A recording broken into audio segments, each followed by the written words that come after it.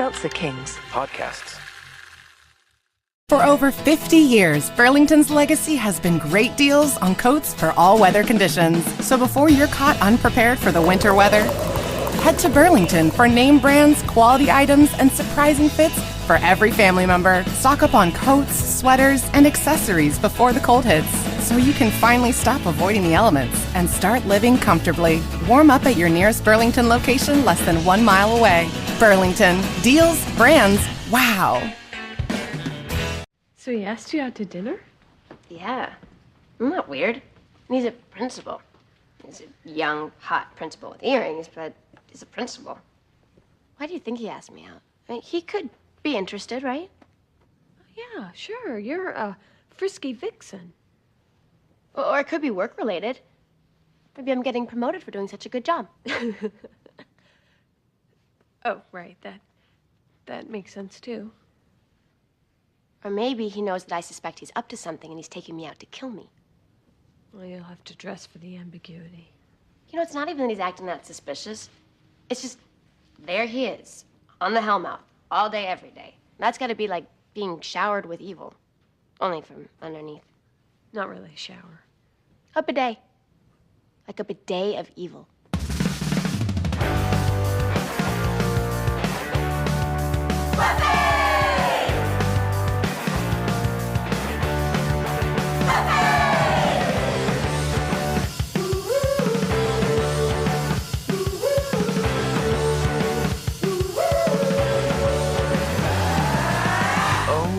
Hello, lovely, lovely listeners in podcast land. Welcome to another episode of Boys Watching Buffy. We're just two boys watching every episode of Buffy the Vampire Slayer for the first time, giving our review, our reactions. We're your hosts. I am Joe Welke. I am Vance. And today we're talking about Season 7, Episode 14, titled First Date, directed by David Grossman, written by Jane Espenson. Original air date, February 11th, 2003, to an audience of 4.24 million people. And before we get into the episode, everybody, we got a couple of shout-outs to shout out. Sloppy Joe, he's got to give a special shout-out to Jess Pine. She didn't just do the review for the shout-out, but she's getting one anyway. Thank you so much, Jess Pine, for your Apple Podcasts 5-star rating and review. We also want to give a shout out to Lindsay M. Lindsay M loves the boys, loves Buffy. So do we. And they're a Baltimore dwelling homie. So shout out Baltimore. If you want to get your own shout out, Apple Podcasts 5-star rating and review, Spotify 5-star rating, take a screenshot of it and send it into us. Into us. Good times, man. Good shout outs. Yeah. Love it. Join our Discord. We have a lot of fun, lively conversations on Discord about Buffy, about non-related Buffy things, about Angel. If you want to know about Angel, you can join our Patreon, patreon.com/Boys Watching Buffy, where we do Boys Watching Angel, Boys Watching Movies, and Joe's Fashion Report /Corner. And, yeah, man. Freaking good stuff, man. Yeah. How you doing today, Vance? I'm doing all right. Little mental health check. Yeah. Thank you. How are you doing, Joe? I'm pretty jazzed. I'm pretty happy. I really dug this episode. It's a good one. I really enjoyed it. When Jane S. Penn on none. S. Penson. Or Espenson. Espenson. When she gets her hands on an episode, it's usually pretty good. I enjoyed this one. It's not, it's good. It's good. Yeah. There's one storyline that's absolutely comedically stupid. But even that, I was like, just all right. One? Yeah, there's just one. To me. Okay. I thought it was fine. Yeah. But it was a good episode, I feel like, first date. Yeah. I definitely know that I predicted like 6 different things, and none of them came true. What are you talking about? You predicted... What did you think you predicted? Because I wrote down what you predicted. That Buffy and Spike went on a date because he's got a soul now, and he was going to treat her like a gentleman. That did not happen. Xander and Anya go on a date trying to rekindle their love. That did not happen. Willow and Kennedy go on a date. That did not happen. I then predicted that all of the dates were going well, but then the first evil gets involved, which, I mean, maybe 20% correct on that one. Yeah. That's all I can remember that I predicted. In my note, I wrote down, I did not write down all the details, so I just wrote down multiple dates. So I was like, okay, you got multiple dates. Yeah, no, I mean, I got multiple dates, but that's the most stretch of if I could say that I got it right that I could make, and I definitely didn't do that. Yeah. You bet like 50% on all dates go well. Buffy's went really well. Yeah. And First Evil did disrupt, technically. Yeah, a little bit, yeah. But you're close. I mean, I said Andrew dates Dawn. Well, I mean, by the end of this episode, I'm starting to see where you're coming from. I don't think they're ever going to date. I'll say that, because I completely forgot about him. His being gay. if it's just Warren, but it seems like he likes the guys. He's definitely gay. Because remember that one episode? Even in this episode, he fawns over Scott Bakula at the end. Yeah, and like last season, they saw Spike and they were talking about Spike and how he thought Spike was hot or whatever. Yeah, no, he's definitely. I completely had forgotten about that stuff when I was predicting the Dawn. But I think Dawn might get a crush on him or something. Something might happen. He called her a peach. Man. He called her a peach. They are having a lot of time together, it seems like. Maybe you'll get her to play Dragon Ball Z. Maybe she'll start to like it. Maybe they'll go Super Saiyan in their love. Was the Dragon Ball Z game out at this time? Or was it just the show? I think it was just the show. I never once followed anything Dragon Ball Z. You're so cool. Dude, no, I'm not. I just didn't have cable, so I couldn't watch it. I was stuck with Pokemon, Digimon, Monster Rancher, and Yu-Gi-Oh! Those were my anime. Well, cable doesn't exist anymore now, so you have no excuses. Do we have anything else that we need to talk about at the top here? Or should we just dive right in? Yeah, I think it's more Angel stuff that we could talk about. There was a little bit of discussion in the chatter about whether or not we needed to skip ahead. Oh yeah, because of what's happening on Angel. And I'll say we watched the Angel episode. It's fine. It's fine the way you're doing it. We appreciate appreciate looking out. Really appreciate it. Happy that you guys are out there looking out for the spoiler stuff. But I think this was all right. It was okay. This was the right call. Yeah. All right. Shall we crack open our monsters? Yep. Couple of zeros today. How many do you got left? I think two. I have 2. Yeah, I got 2. And they're both zeros for me because I fucked up one week and again, you keep saying fucked up. I don't know. We never agreed to drink the same one. Yeah. All right.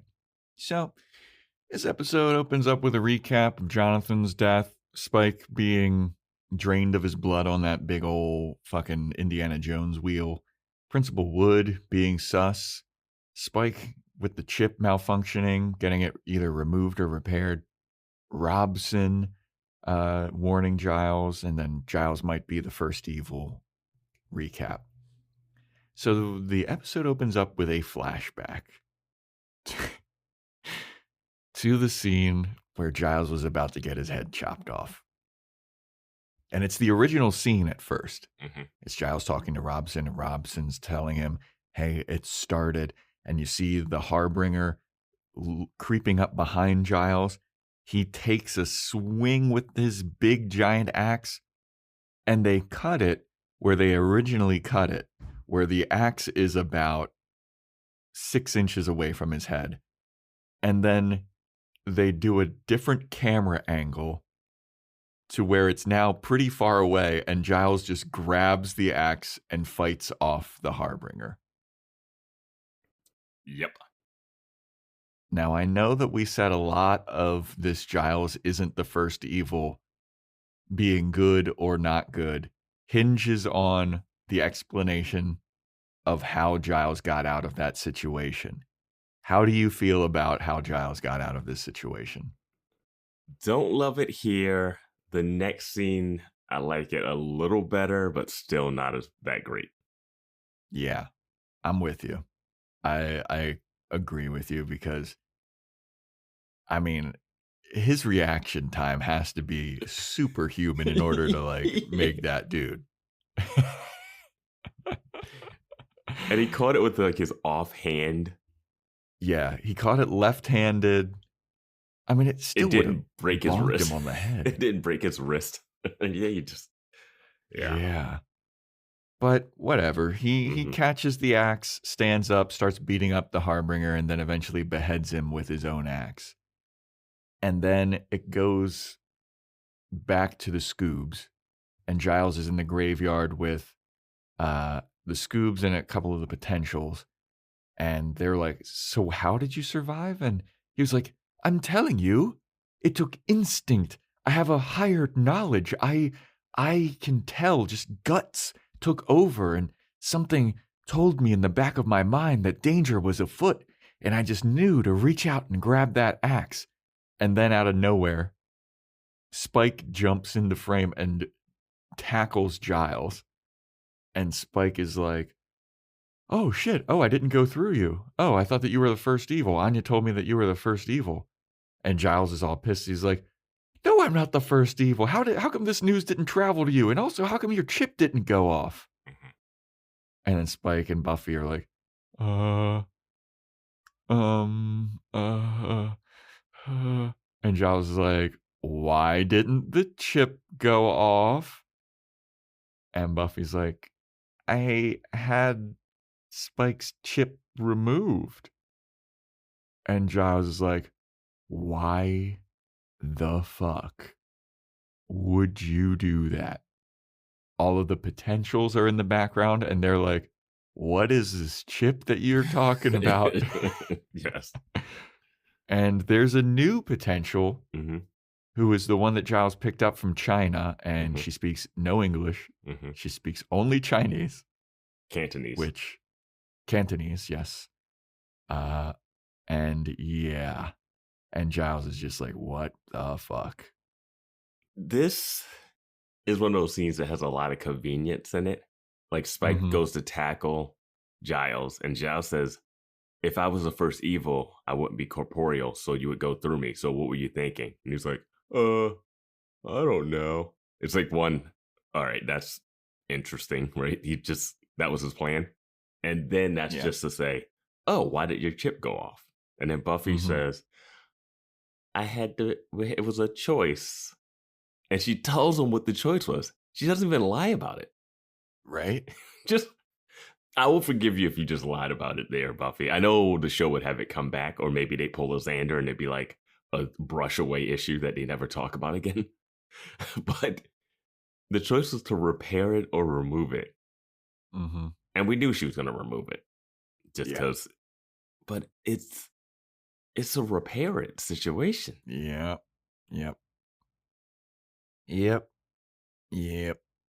So the next scene is Buffy in her room putting on some earrings, and Giles comes in and he's still flabbergasted. He's like, what the fuck were you thinking? Rightfully so. You had it removed?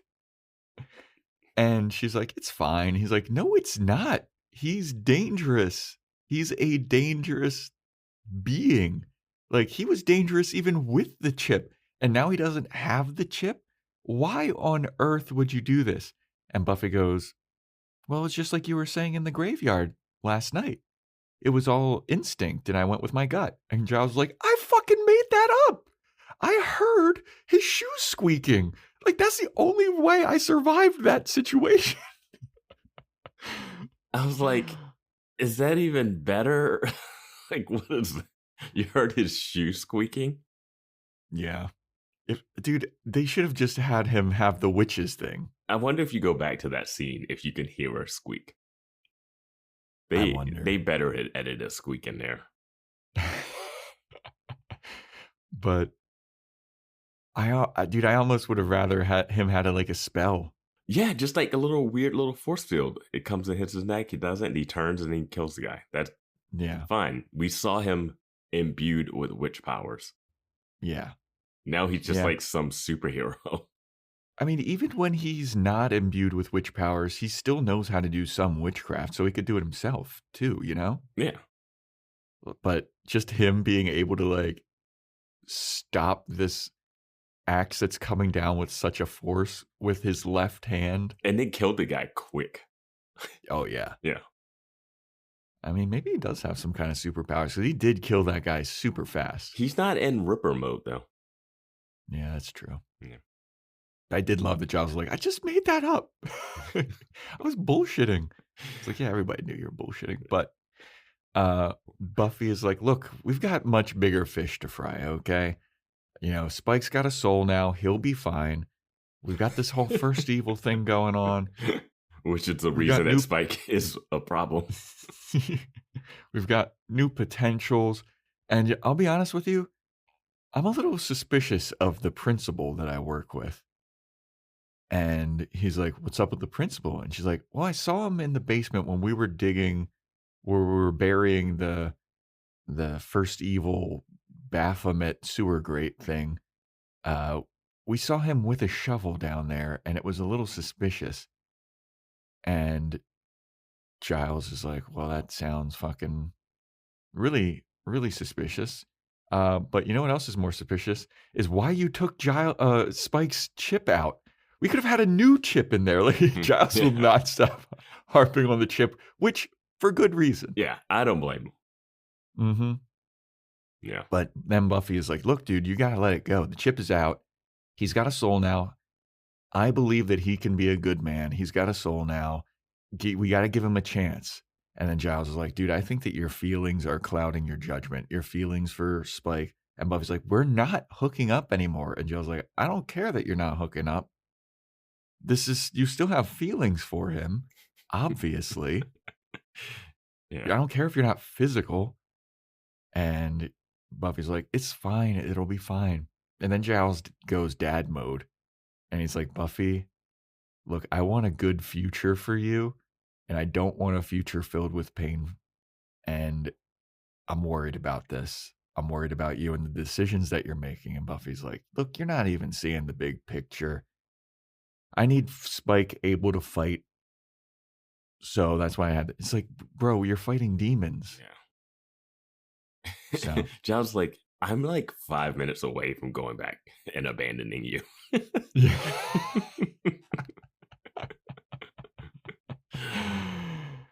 I mean, Giles is definitely in the right here, though, just to be like, what are you thinking, dude? Remember Giles didn't want to be her pseudo dad? Mhm. And then all of a sudden now he's got like a house full of Buffys. Yeah, he's like a it's- dad to every single potential It's slayer. like the ultimate nightmare. Yeah. He wanted to be the rakish uncle. Mm-hmm. Man, I can pull out some quotes from this show. The most random quotes that just stick in my head from this show. The show has damaged our brains. Yeah. We need to get a chip. After we're done with this this show, we need to get a chip. It's like, okay, we just need you to yeah. I don't know. It changes you. Watching a whole series of a show changes you. Absolutely. Yeah. I don't know. Do you think it's going to dissipate like Girls has? Girls doesn't come up in my mind as much. No, yeah.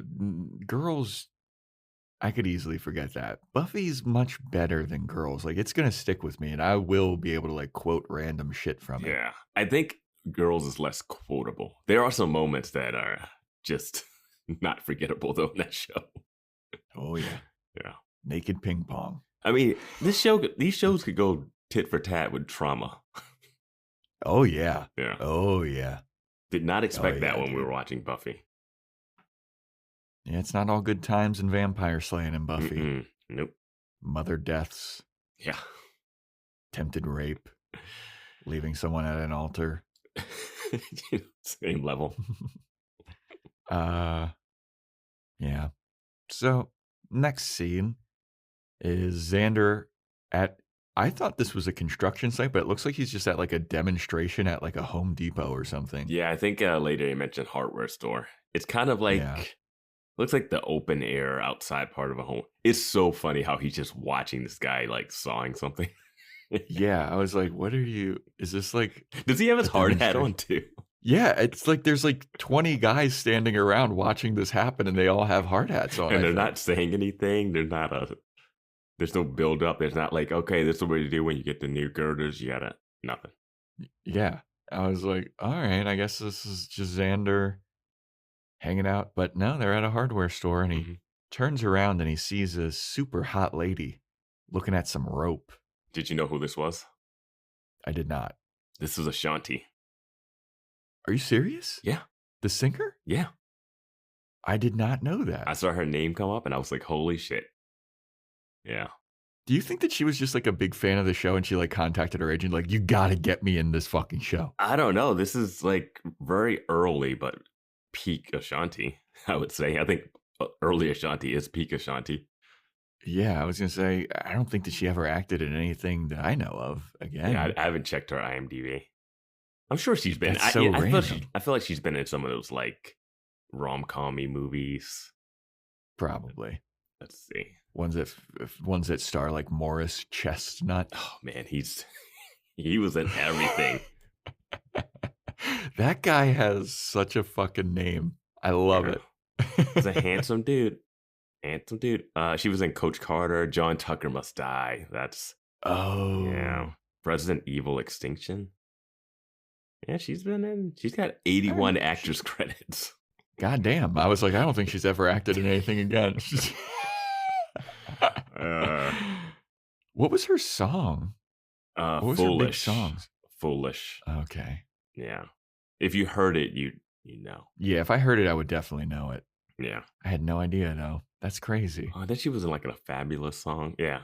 Fabulous. Yeah, Ashanti. I was like, wow, they got her here.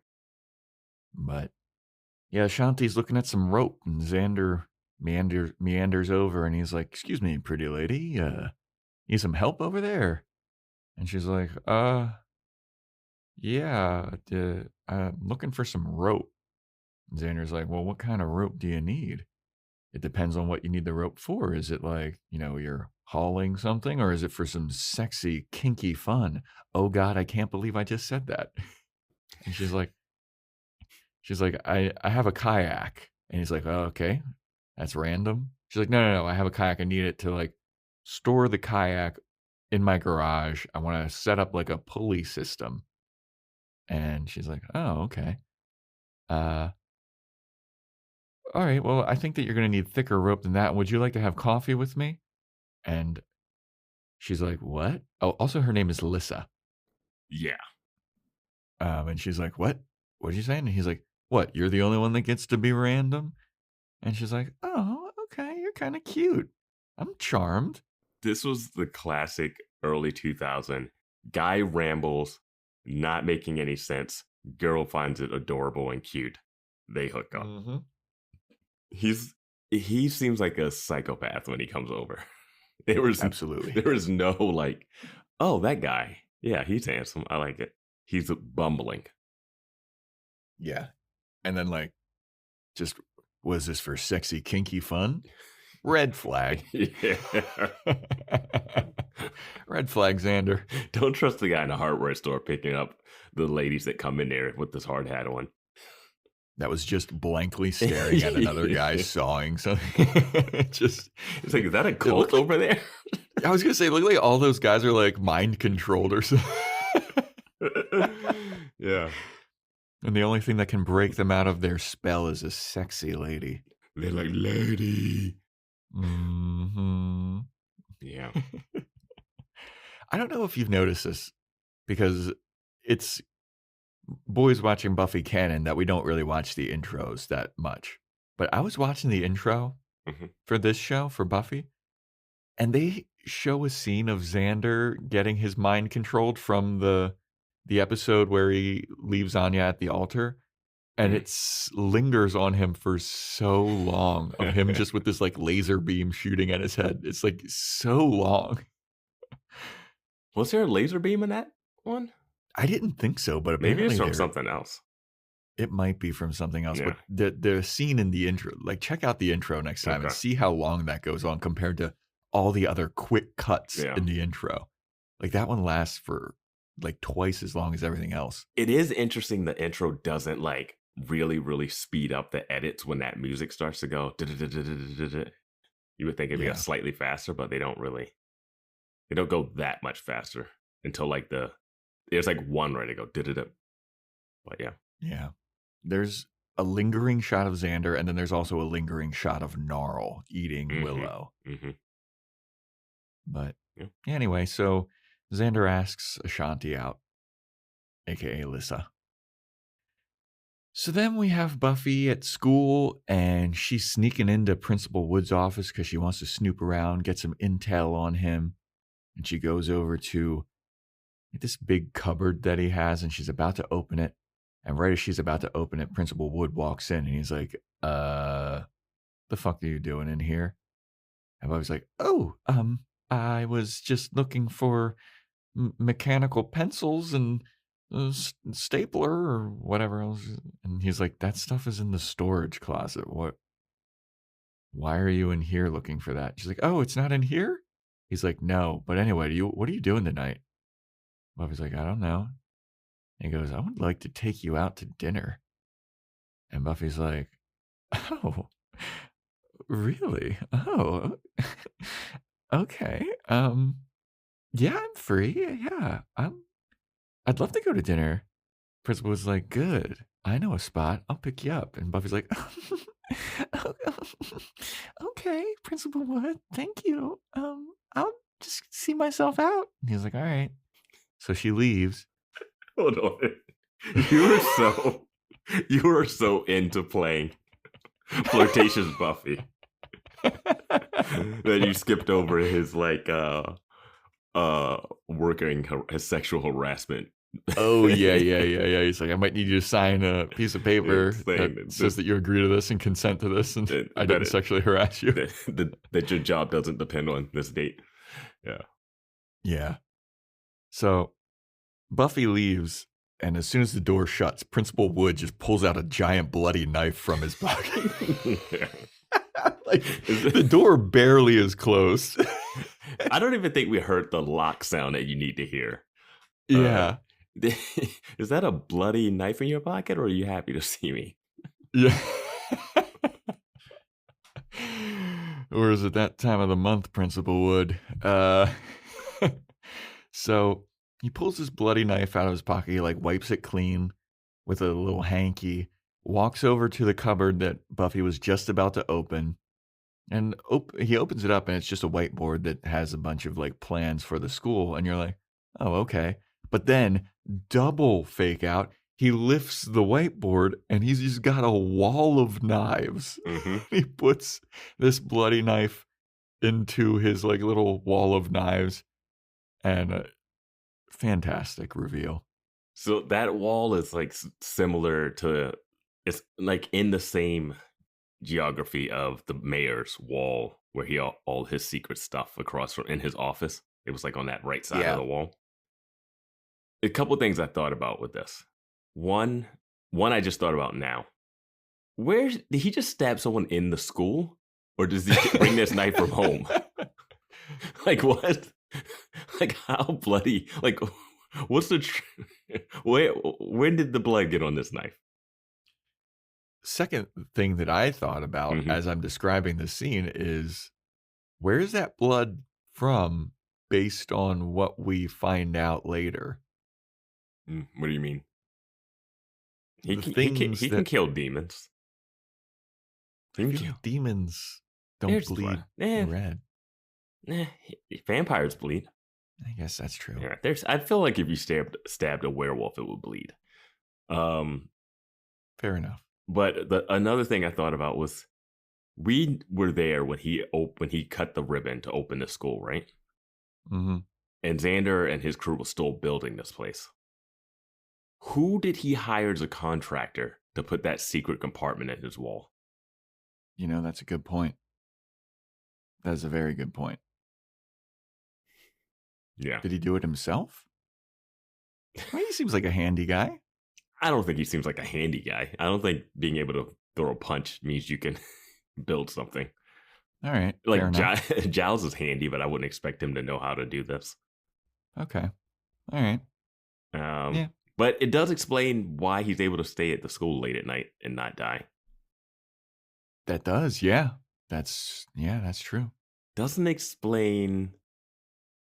I've still got questions about him and Jonathan, though. Yeah, like when he went downstairs and he saw Jonathan's dead body down there, and it was just like kind of like, huh. I think it was burying Jonathan in some far off place. Yeah. What was that about? Yeah. Yeah, okay. Yeah. We'll get Principal Wood, we got some questions for you, brother. So Buffy goes home after this scene and she's telling Willow that Principal Wood asked her out. And she doesn't know why. She's like, I don't know if maybe he thinks I'm hot.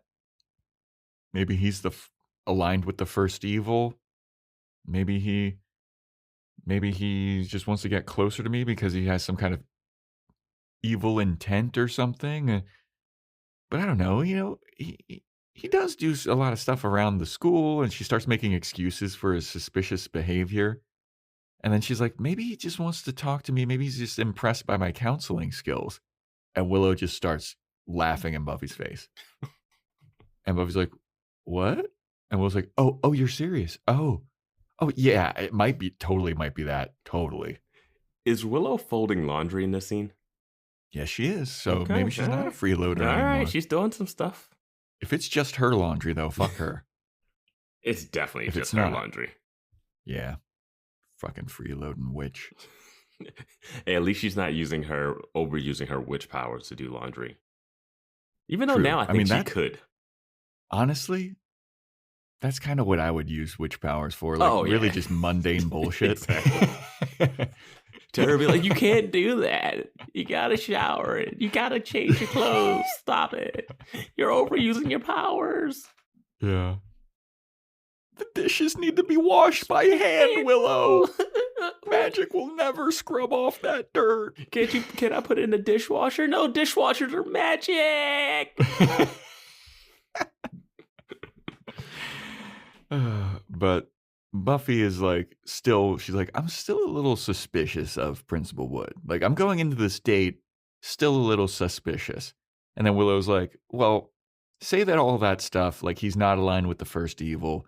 He's not just doing this as like a professional, like, hey, let's hang out after work type of thing. Are you interested in him? And Buffy's like, I don't know. I mean, he is kind of hot. I mean, he's the principal, and he's got a really smooth head. And it's just, yeah, I mean, he's kind of hot. Willow's like, well, good. Maybe this will help you move on. And Buffy's like, why does everybody in this house think I'm still in love with Spike? I know Willow says move on with the independent stuff. But my note was like, oh, now Willow's the expert on moving on. Yeah. After last episode. After her traumatic pointing a gun at her new potential lover incident. I will say on Discord, I was surprised. A lot of people not a fan of that episode. Not a fan of the last episode. I didn't really like it. So, yeah, I mean, I thought it was kind of Yeah. But yeah. So Buffy's like, why? It was funny how like fast Buffy comes to like be defensive about like, why does everybody in this house think I'm still in love with? Like nobody. Did anyone ever think that she was in love with Spike? Earlier, Giles, that he brought up that she still has feelings for Spike. That's what that was a reference to. Yeah. So then Xander shows up and he bursts into the door and he goes, guess who just got a date? And Willow goes, Buffy. And then Xander's like, no, me. And then Willow's like, oh, well, Buffy's also got a date with Principal Wood. And Xander's like, God damn, fucking steal my thunder much? And then, you have the line that he says? Well, then what's the line that he says?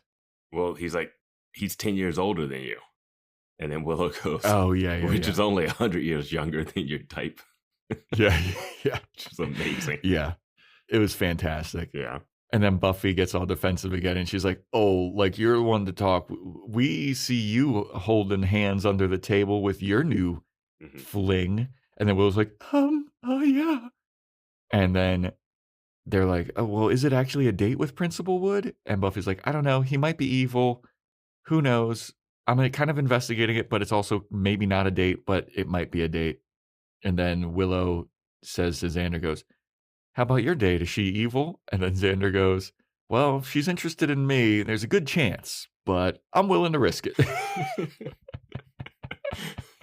Dude, we talked about it early, like seasons ago, how all their relationships are just so messed up. Yeah, and literally, Xander, aside from Cordelia, at the time, all of his relationships have been with demons. Yeah. Yeah. Like everyone that he sees, or Faith, but that wasn't even a relationship. She tried to kill him. That was sexual assault. Yeah. Yeah. And attempted murder. Yeah. I love that Buffy's like, I don't want to only be attracted to wicked energy. Talking about the principal. And I was like, she is, though. Yeah. She needs a monster in her man. Yeah, she does. So after this whole thing about all of them talking about their new potential love interests, Giles returns with the Chinese potential slayer because they just went to the mall. Giles fucking hates the mall. And he's like, "Oh, I had to get this lady some new clothes and language barrier is pretty tough. I'm gonna be honest with you because my Mandarin is not that up to snuff, and turns out she speaks Cantonese. So I really don't know how to speak that shit, but I got her some ice cream, and ice cream is the universal language, and everyone loves ice cream." And then the new Slayer speaks in Cantonese, and you get subtitles, and she says something like, "I am very lactose intolerant, like many Chinese people," or something like that, which I didn't know was a thing. Yeah, like Chinese, like Africans could be a lot of lactose intolerant. Yeah, a lot of countries like that didn't like. It's weird that it's more weird to be lactose tolerant as a human than it is not to be. Like we've kind of evolved into that, but normally animals drink milk when they're babies and then they stop. Yeah. And countries that started fermenting and cheese and stuff like that, that made it. But yeah, there's a lot of, it's weird to be able to handle lactose. Yeah. I mean, even if you are tolerant of it, they say that like as time goes on, you become more and more intolerant of it. So weird, man. So weird. But Giles is like, "All right, we're going to go put away the new clothes." And Buffy is like, "Hey, Willow, will you do some research on Principal Wood?" And Willow's like, "Yeah, definitely." "Xander, you want me to do some research on your new lady?" And Xander's like, "Nah, I'll just roll the dice." Yep. If you go looking for bad stuff, you're going to find bad stuff. So I'm just going to go in blind. Yeah, it was something like bad stuff is going to find you anyway. So why even chance it? He is just so happy to have this date with, I want to say Grammy Award winning. I don't know what you want to think. Yeah, I was going to say, is she even chart topping? With Ashanti. Recognizable singer Ashanti. Currently engaged to Nelly Ashanti. Yeah. She's engaged to Nelly? Yeah. Hot shit. Going down. Dude, I fucking loved Nelly back in the day. I know. Nelly was the shit, dude. That bandana and the fucking Band-Aid on his cheek. Dude, him with that fucking crew that he had for Ride With Me. How none of those Jagged other guys Edge. blew up at all. Jagged Edge? Is Jagged Edge? Wasn't it Ride With Me with Jagged Edge? Or what was Jagged Edge sang "Where the Party At," which I fucking loved that song. But I think Ride With Me is with a couple other that's his crew. There was like the St. Louis crew that he rolled with, but I don't think it was Jagged Edge. Yeah, you're right. They were Party With Me. Who was that with him? If you want to go and take a ride with me,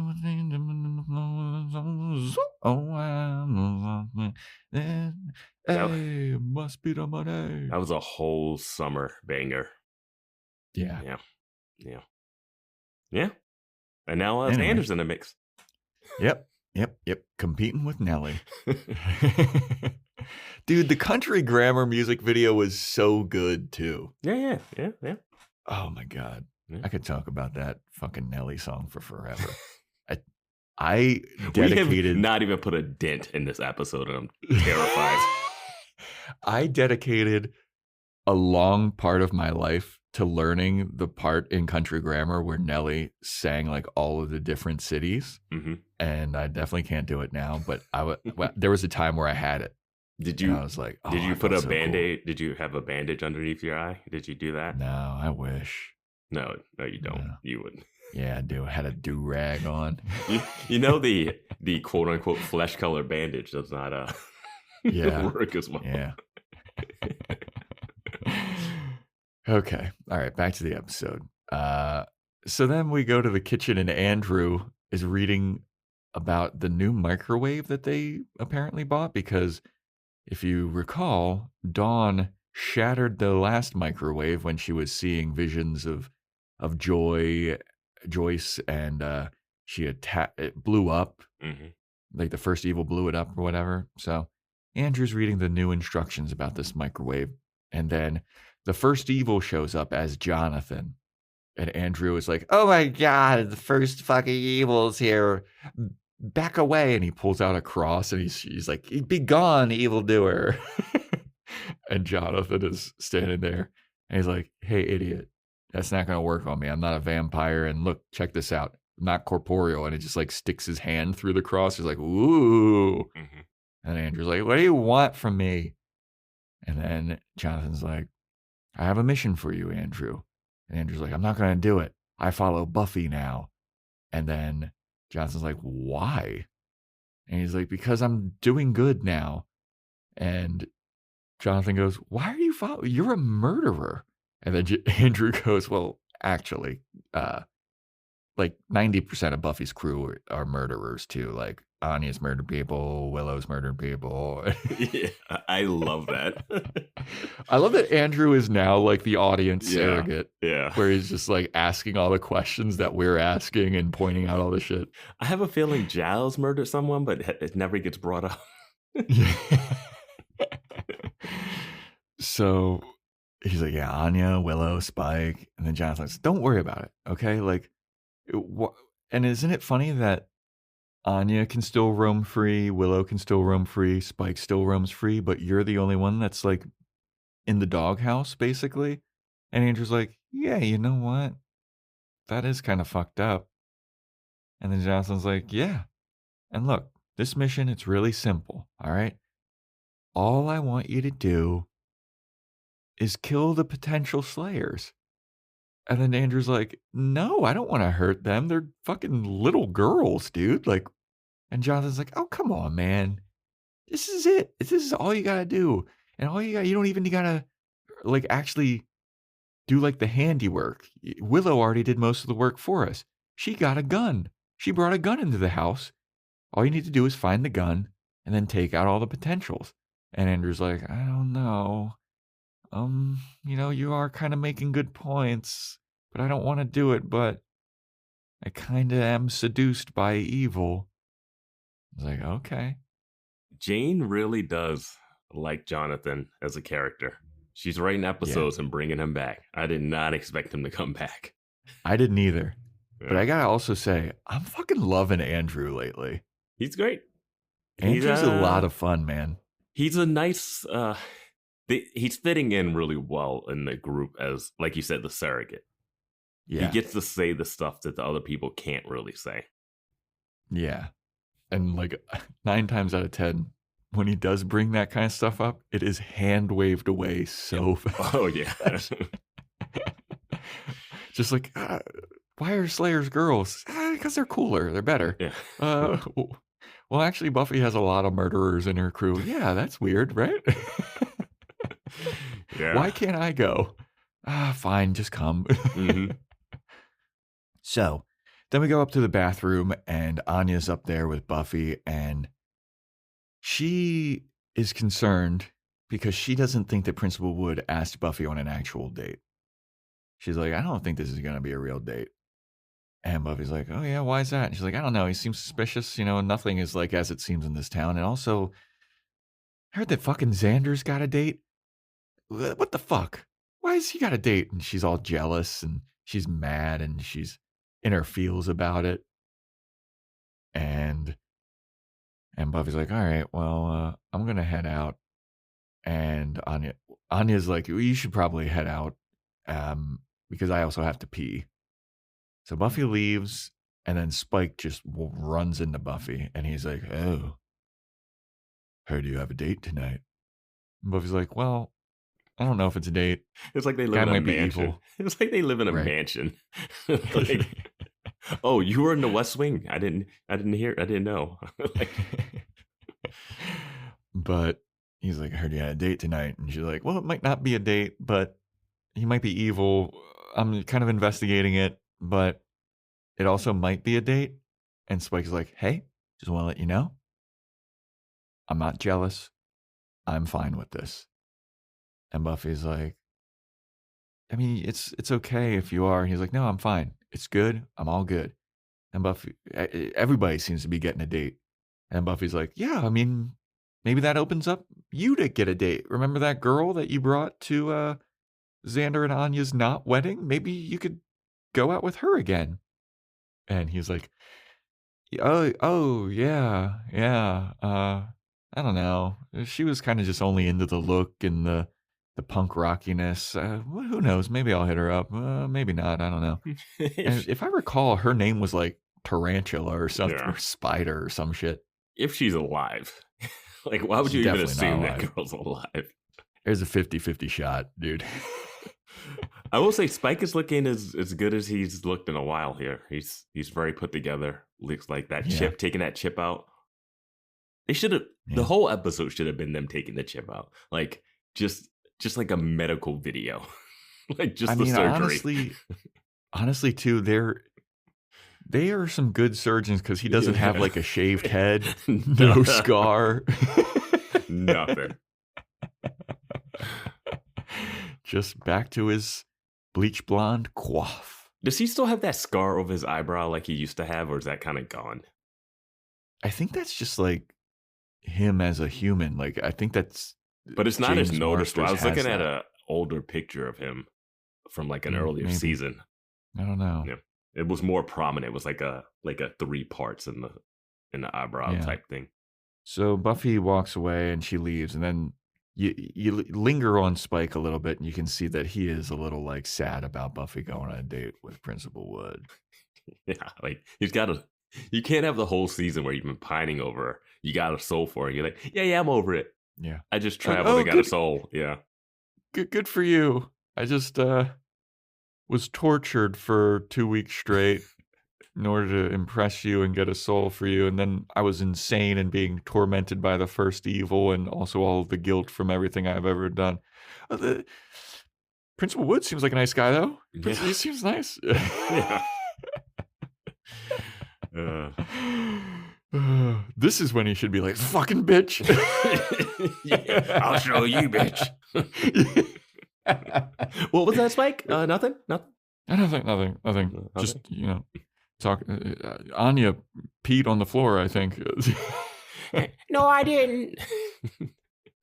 Yeah. So then we go over to Xander on his date, and he is waiting for Lissa at the espresso pump, and she shows up, and he's like, oh, thank God you're here.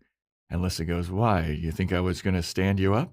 And Xander goes, I mean, it would kind of make sense in a karmic sense. Nice. Yeah. Nice little callback there.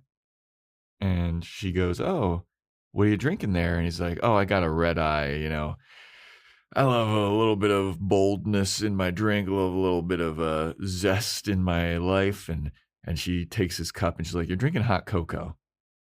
And he's like, yeah, you caught me. Does that make me lose any kind of like manly points in your eye?" And she's like, "No, it's nice." And he's like, "Yeah, I just can't take caffeine. I have a hard time sleeping." And she's like, "Okay, yeah, whatever." Then a waiter comes by and she's like, "I'll take a red eye." And he's like, "Oh, she's got some zest and some sass to her." Yeah, this scene is nonsensely cutesy. Yeah. Why did he invite her for coffee to not have coffee? And why is coffee at night? One, if you're in Sunnydale, you're doing afternoon dates. One, gotta make sure. Well, he met her during the day, so he knows she's not a vampire. Yeah. But still. Yeah. Chances are a little better during the day to survive a date. And I would absolutely have Willow research every person that I come into contact with. Well, Willow's on some lazy research, though. She's just Googling shit. But like, what were they doing research on people before Google? She was hacking into people's like medical records and stuff. Now she's just like, well, violating HIPAA. Yeah. Now she's like, there's nothing on their Wikipedia page, so I guess they're fine. He doesn't have a blog. We're fucked. Yeah. He's not writing poetry on his writing sad poetry on his.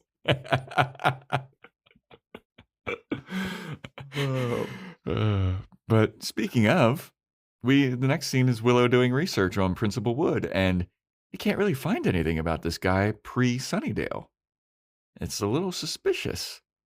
And it's Willow and the rest of the potentials all gathered around one computer. You would think they would do this before the date. Right? Before Buffy walks out the door. Yeah. Like, hey, this is... Well, I guess you could communicate with her telepathically. I don't know how far it travels. And it doesn't seem like it does. They can't. This episode. So she's doing research, and Kennedy is standing once again extremely close to Willow, like on top of her, literally. People in Discord do not like Kennedy. I'm indifferent. I'm indifferent to Kennedy. I think she's fine. I can see not liking her, but it would be interesting to see people not like her but like Faith, because they have similar attitudes. It's interesting that people don't like Kennedy but like Willow. You know, Willow's an OG. She's ingrained. Xander's ingrained. No, he's not.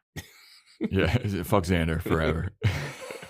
This Andrew guy tried to murder some people. Found out what rape was way too late in his life, but he's doing pretty good. He's a fun comedic surrogate now. And this Spike guy, I mean, let the past be the past, right? Yeah, he's got a soul now. Everything's forgiven. Yeah. We won't see that that's a problem in another series that we're watching. Patreon.com/Boys Watching Buffy. But yeah, Willow's like, this is suspicious. There's nothing on Principal Wood before he moved to Sunnydale. That's weird. So then Anya comes running down the stairs, and Giles is chasing after her. And she's like, "I can't believe you, Giles. I can't believe you did this." And Giles is like, "Well, hold on now. Let me explain." And Anya's like, "There's no explanation for this." And all the potentials are like, "What the fuck's going on? What's going on?" And Anya's like, she holds up a bunch of drawings.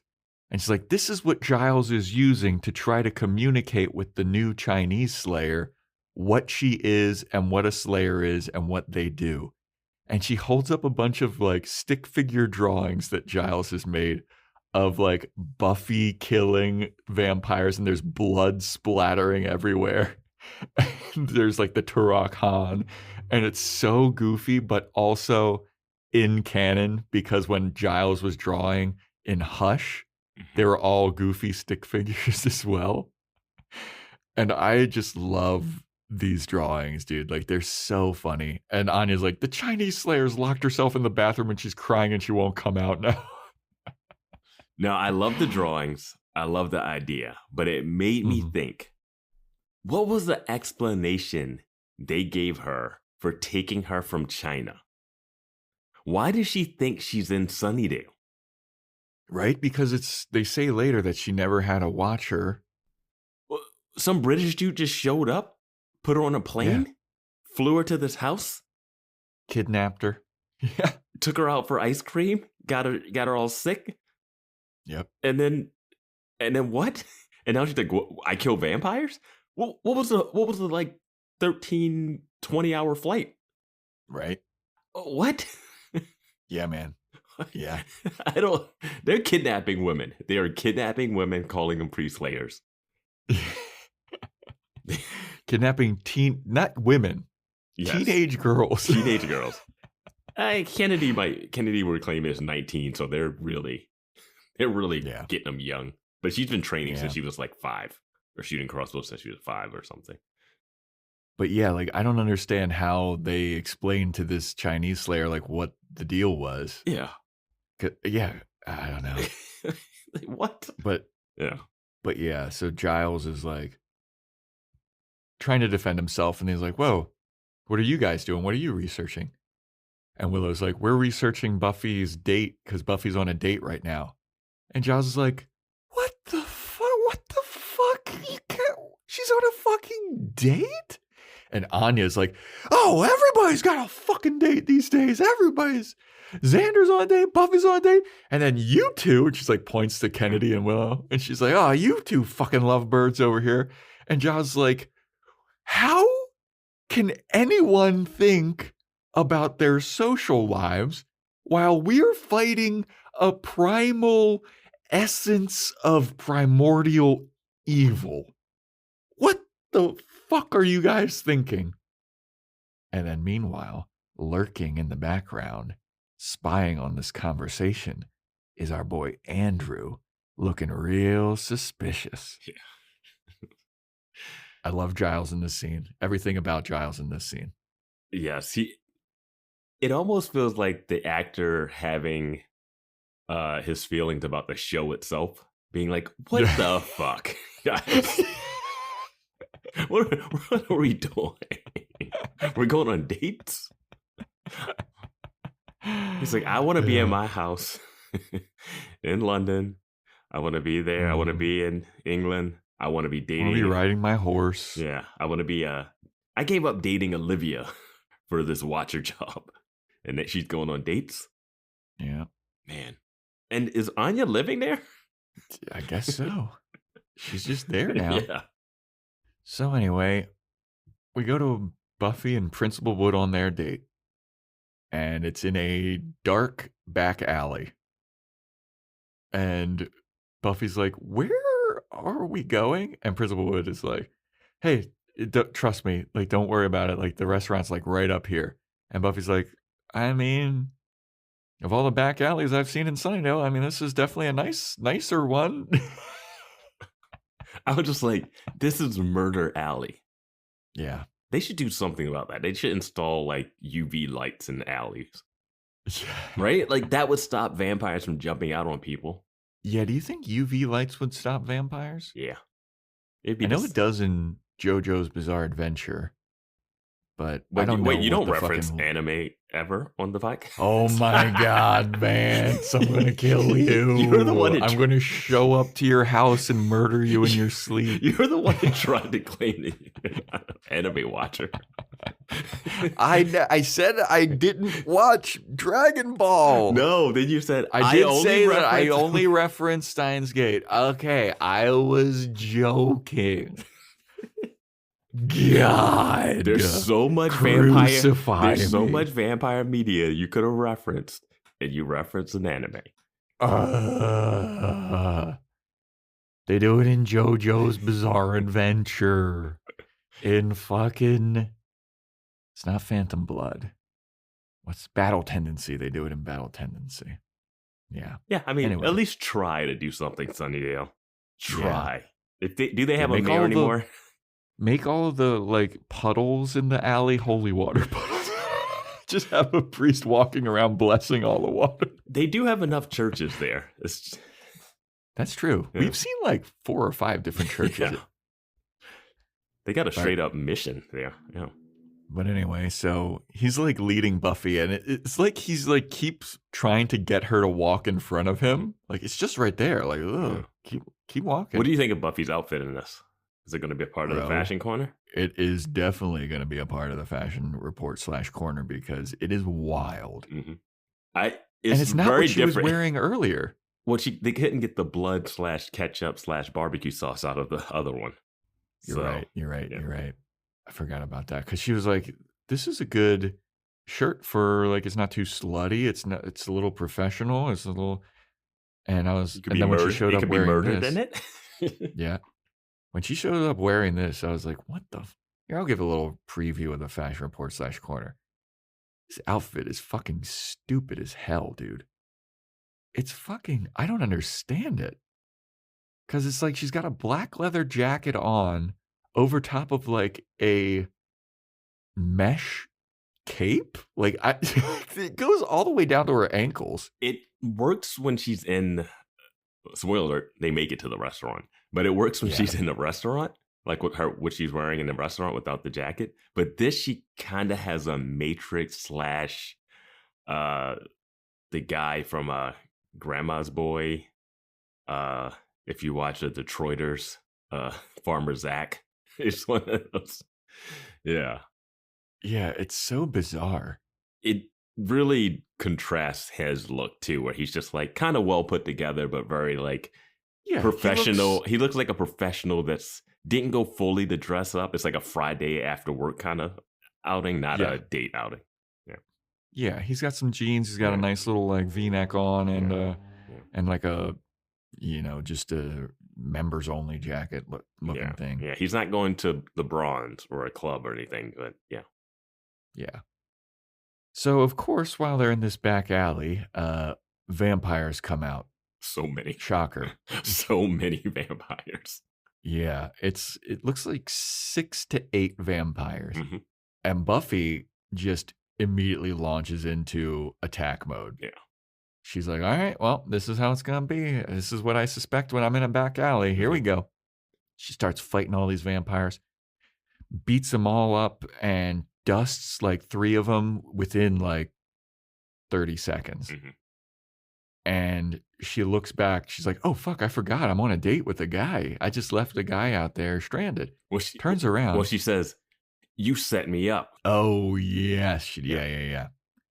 Because she suspects that he's evil. But she turns around and, much to her surprise, Principal Wood is fighting off these vampires, dusting. I think he dusted like 2 of them. Mm-hmm. He's got a stake. Yeah, he's got a stake in his hand. Yeah.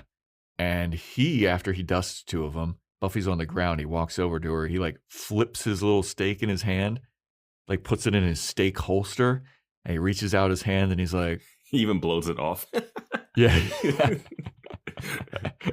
He like reaches out his hands. He's like, I guess we should talk, huh? And Buffy's looking up at him like, oh my God. You're so cool. They should have just had sex in the alley. I know.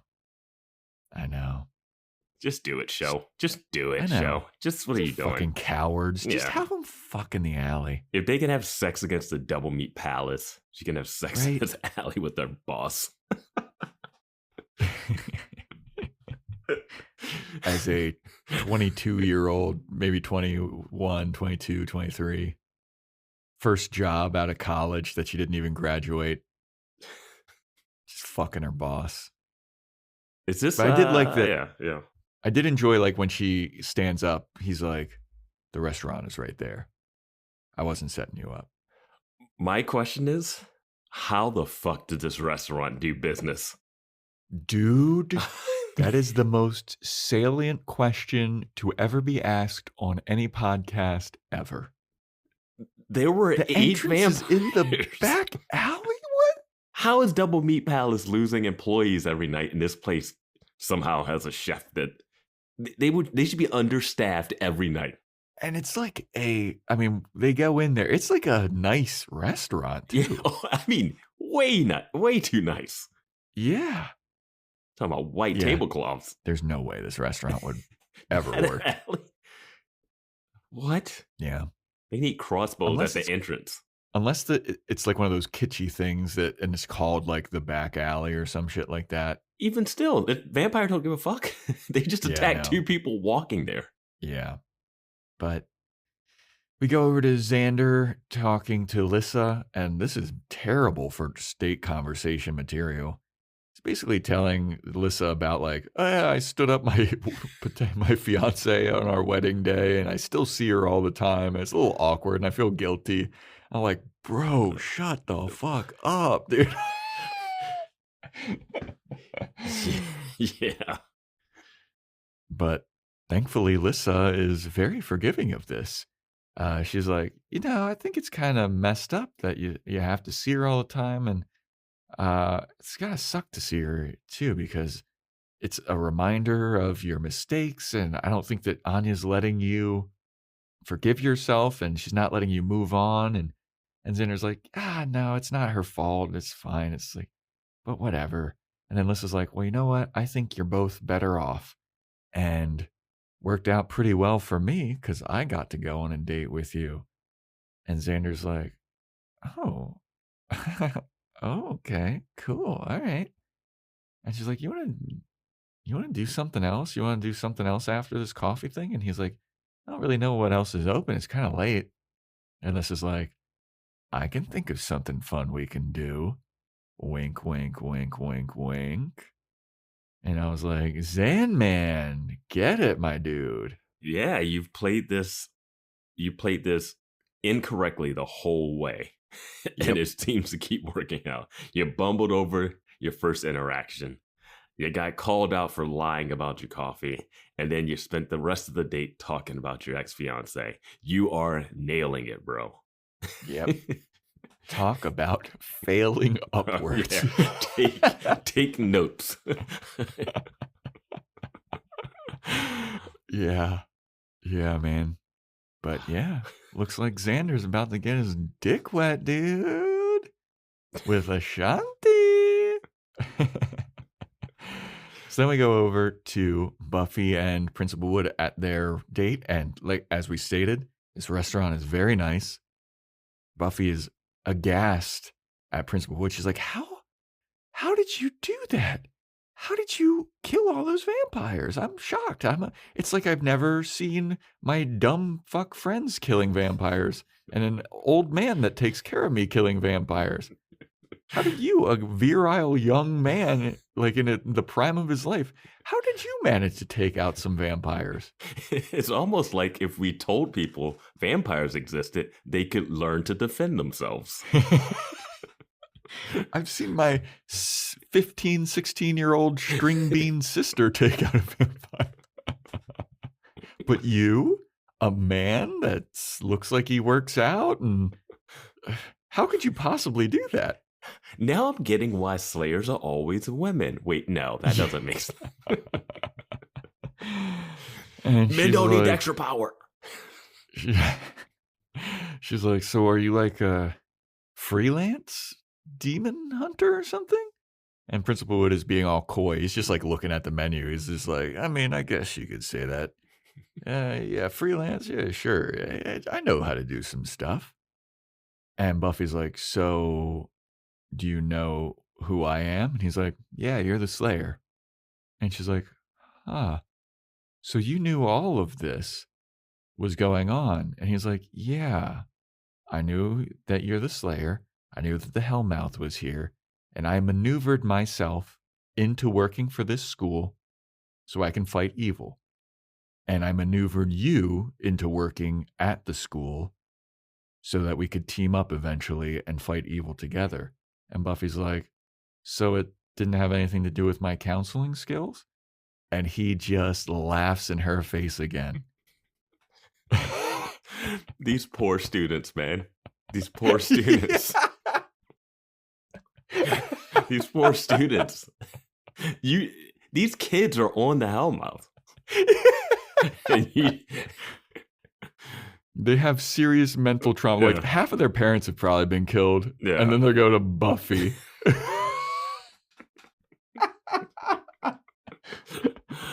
Oh, man. Oh, God. Jeez. And, yeah.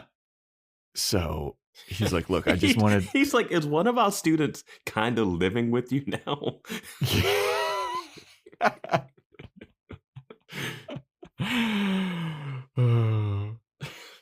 Did you by any chance kill one of our students as well? Because he was doing a spell to kill another one of our students? No, you let another monster kill him. Okay, cool. Yeah, I had to clean that that's body fine. up. No. Shit happens. Yeah. Do you know I'll that bury him in the middle of nowhere too. Principal Woods, do you know that my sister's fake? What? Nothing.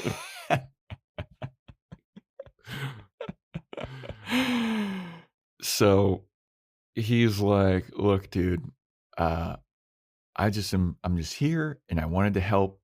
I learned about evil. I learned about all these vampires and I wanted you to be here because I could tell something was starting to start. Something was beginning to beginning. You haven't even begun to begin. Yeah, I could just feel it in my non-slayer, non-superpower having self. Yeah. Something's starting to start. Something's beginning to begin. And I feel like now was the right time to join the fight and let you know who I am and what I'm all about. And he knew about the Slayers before he even came to Sunnydale. And Buffy's like, how the hell did you know that? And he goes, my mom was a Slayer. And as soon as he said that, I knew where this was going. Same. And I love it, honestly. Yeah, I like how they explained it too.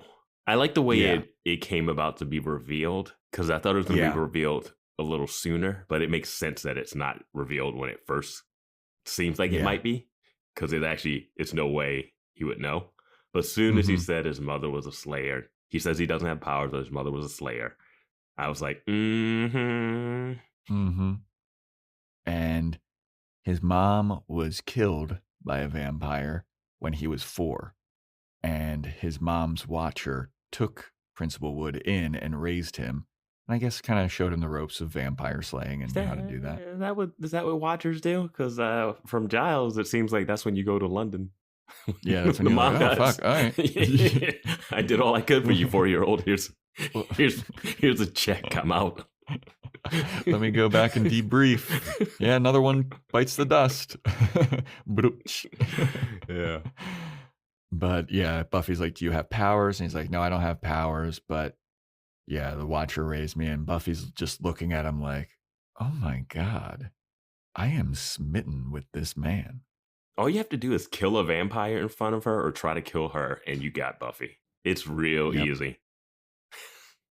Yeah. So I like this development. This is a nice backstory for Principal Wood. Because he also says, like, I tried to find my mom's killer and I never could. And I've been fighting vampires and demons and all this shit. I hate vampires. Yeah. He's a racist against vampires. You just hate to see it. You just hate to see it. It's like he doesn't even know about the good one.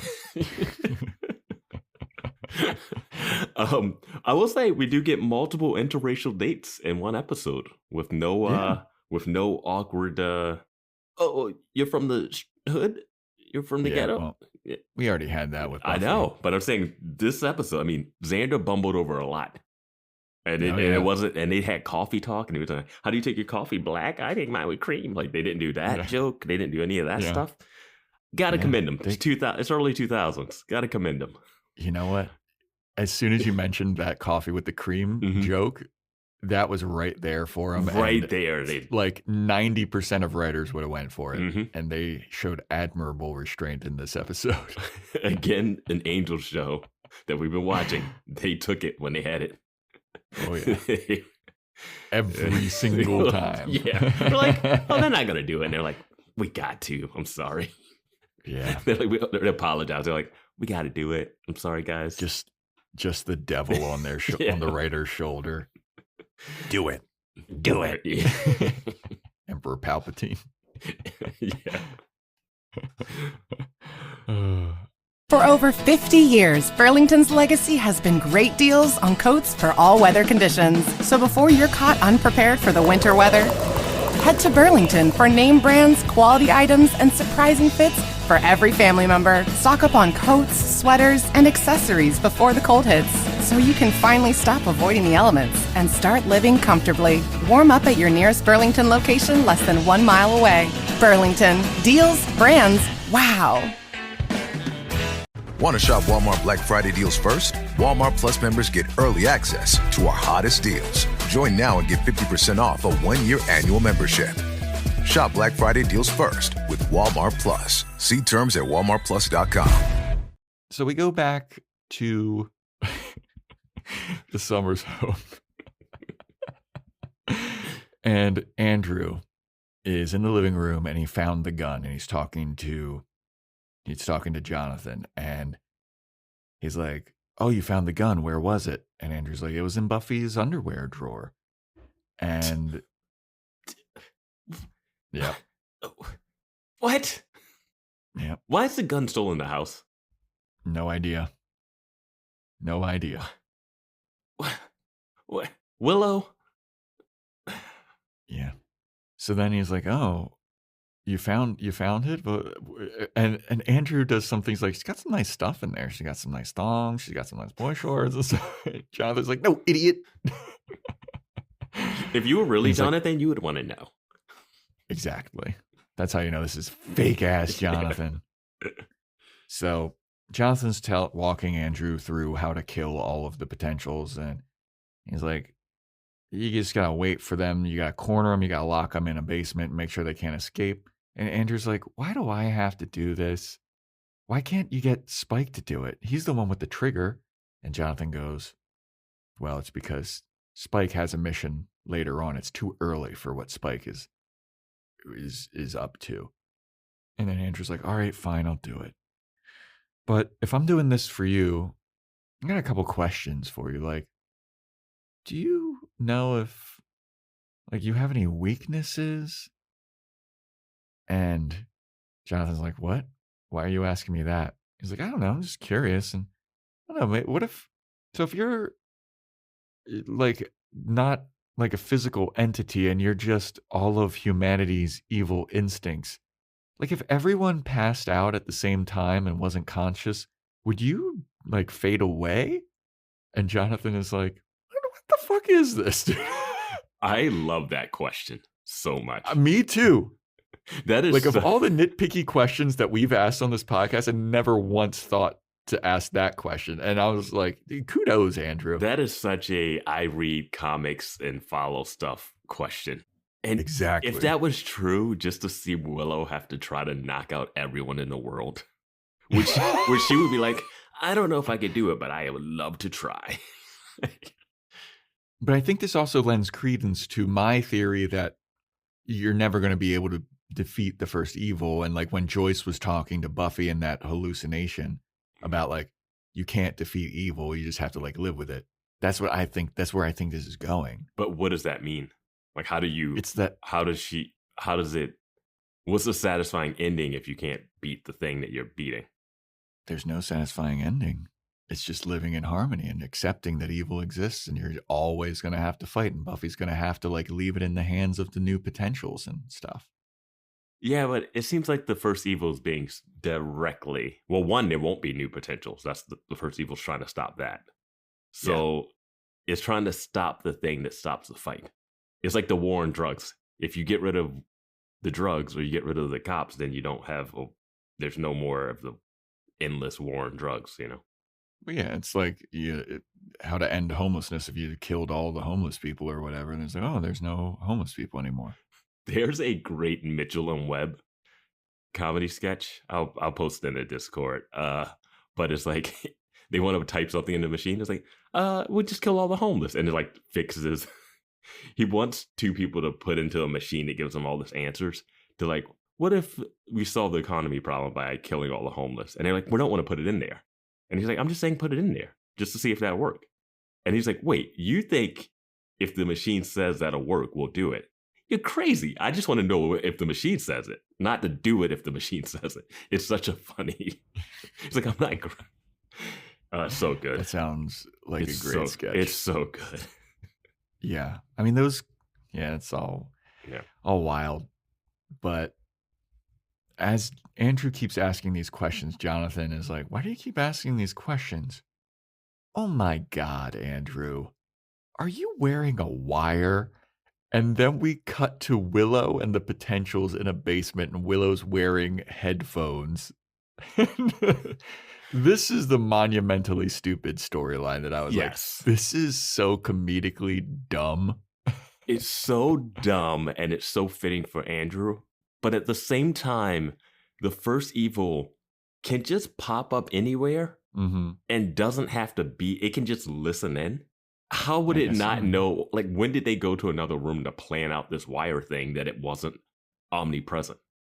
Well, don't they also know that this is all in the seer's head? Like, the person that's seeing the first evil, it's all in their head. Like, what are they going to record here that they can record on the wire?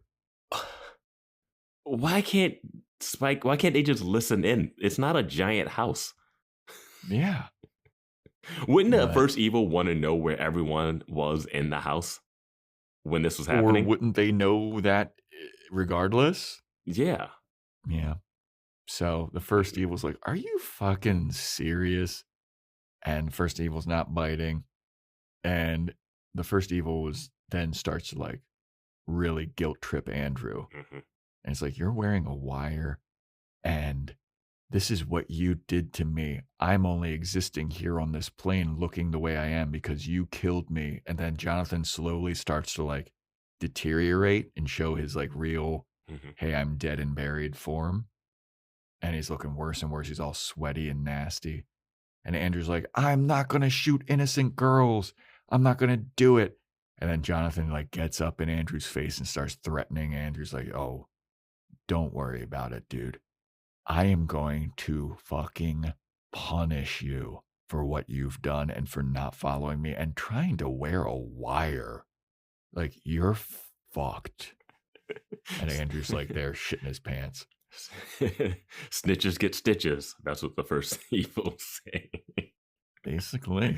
We don't know where Jonathan is in his afterlife. We don't know how that works. Yeah. Yeah. Is he in the hell dimension? Is he in a heaven dimension? He tried to do good at the end. Was that enough of a redemption for him to care about his high school classmates before he died? He's in a purgatory dimension. I mean, hey, that's definitely better than the hell dimension. True. Unless the hell is like when Buffy was just having to work. Yeah. AKA corporate America, am I right? AKA, was she at an Amazon warehouse? God. Thanks, Jeff Bezos. You die and you go to that one. You're like, I'm still working. Also, we have an Amazon wish list. Yeah, check it out. There's books on there. There's gift cards and stuff. There's Oculuses. There's Nintendo Switches. There's message us if you want us to put something on there that you want to get the boys. I don't know. Yeah, if you want to buy us something random, let us know. We'll throw it on there. Yeah. So we go to the basement where Willow and the girls, the Potentials, were just listening in, and Willow kind of like takes off her headphones, like a detective in a cop movie. He's like, he's not biting. He's been made. Yeah. And the first evil starts talking to all of them, and he's like, you think you can fucking listen in on my conversations? How fucking stupid are all of you? And then Jonathan appears before them, and Jonathan looks even worse than he was looking in front of Andrew. His like eye is like bulging out of his face. It's all white and shit, and he's just like, it looks like he's like melting kind of. Mm-hmm. And he threatens all of them. He's like, oh, your time is coming. I'm going to fuck you all up and whatever. And then he does the little TV zap out that we were talking about with Eve. Pretty fun stuff. Yeah. Pretty good stuff. I get you there. This is a silly. It's silly. It's fine, but it's silly. It's very silly, Yeah. but you know what? It's fun. Yeah. It's silly harmless. in a fun way. It's harmless silliness. It's not. Yeah. It's not episode breaking, character breaking silliness. It is hilarious that they tried to record or listen in on something that only they can, like only Andrew can see and hear, I'm guessing. So from here, we go to Xander tied up to the Indiana Jones wheel, and he just goes, I knew it. I had in my notes called this the Da Vinci's Vitruvian Man a wheel. Oh, yeah. Because we're smart. We're analyzing these shows in a we- smart way. Let me post that meme of we. Who's we? My question though is, do they build this wheel every time that they go into this room, or is it just in the corner? I think it was just in the corner. I mean, the last time we saw it, it was just in the corner. But I don't think it was there the first time Jonathan and Andrew went in there. Like, I feel like once. No, yeah, it definitely wasn't. Yeah. So then that got built, put down there. And then just left down there. And they didn't do anything. Between Buffy, Spike, Principal Wood. Nothing. No one's covering this thing up. No one's like, hey, can we get something to like seal this permanently? It's just a hole that you can just call it vampire whenever you want. I guess so. Now, I love this like smash cut to Xander being tied up and just going, I knew it. Yeah. Oh, it's great. But how did he let this happen to him? Well, she's probably super strong, knocked him out, tied him up. I guess. She also had time to do a little costume change, it looks like. I think she's wearing the same thing, right? At the she might have had a little espresso pump, shawl on her. She had a red leather jacket and it looked like a leather top. And then here, it's all cloth, it looks like to me. I could be wrong. Yeah, I don't even pay attention to the fashion unless it's super bad or super good. But she does have a really high slit on her little dress. She's showing a lot of leg, baby. Yeah, so she can do kicks later. Smart. Uh-huh. Yeah. Unlike some people in this series, don't know how to dress for a fight. What are you talking about? You don't think an ankle length jacket is good for fighting? Yep. Ankle length, serving no purpose. Yeah, it's a look. It's a look. She's like, hey, I'm not a counselor at a school. I'm a bad girl. That's what it was saying. It looks like a goth, like spider web thing trailing behind her. But anyway. We go back to the Summers house and Andrew is getting unwired. Like Dawn, I think it's Dawn that's like taking it off of him. And he's like, ow, this hurts. This hurts so bad. And Giles and Spike are there now. And Giles is like, why were you trying to record the first evil?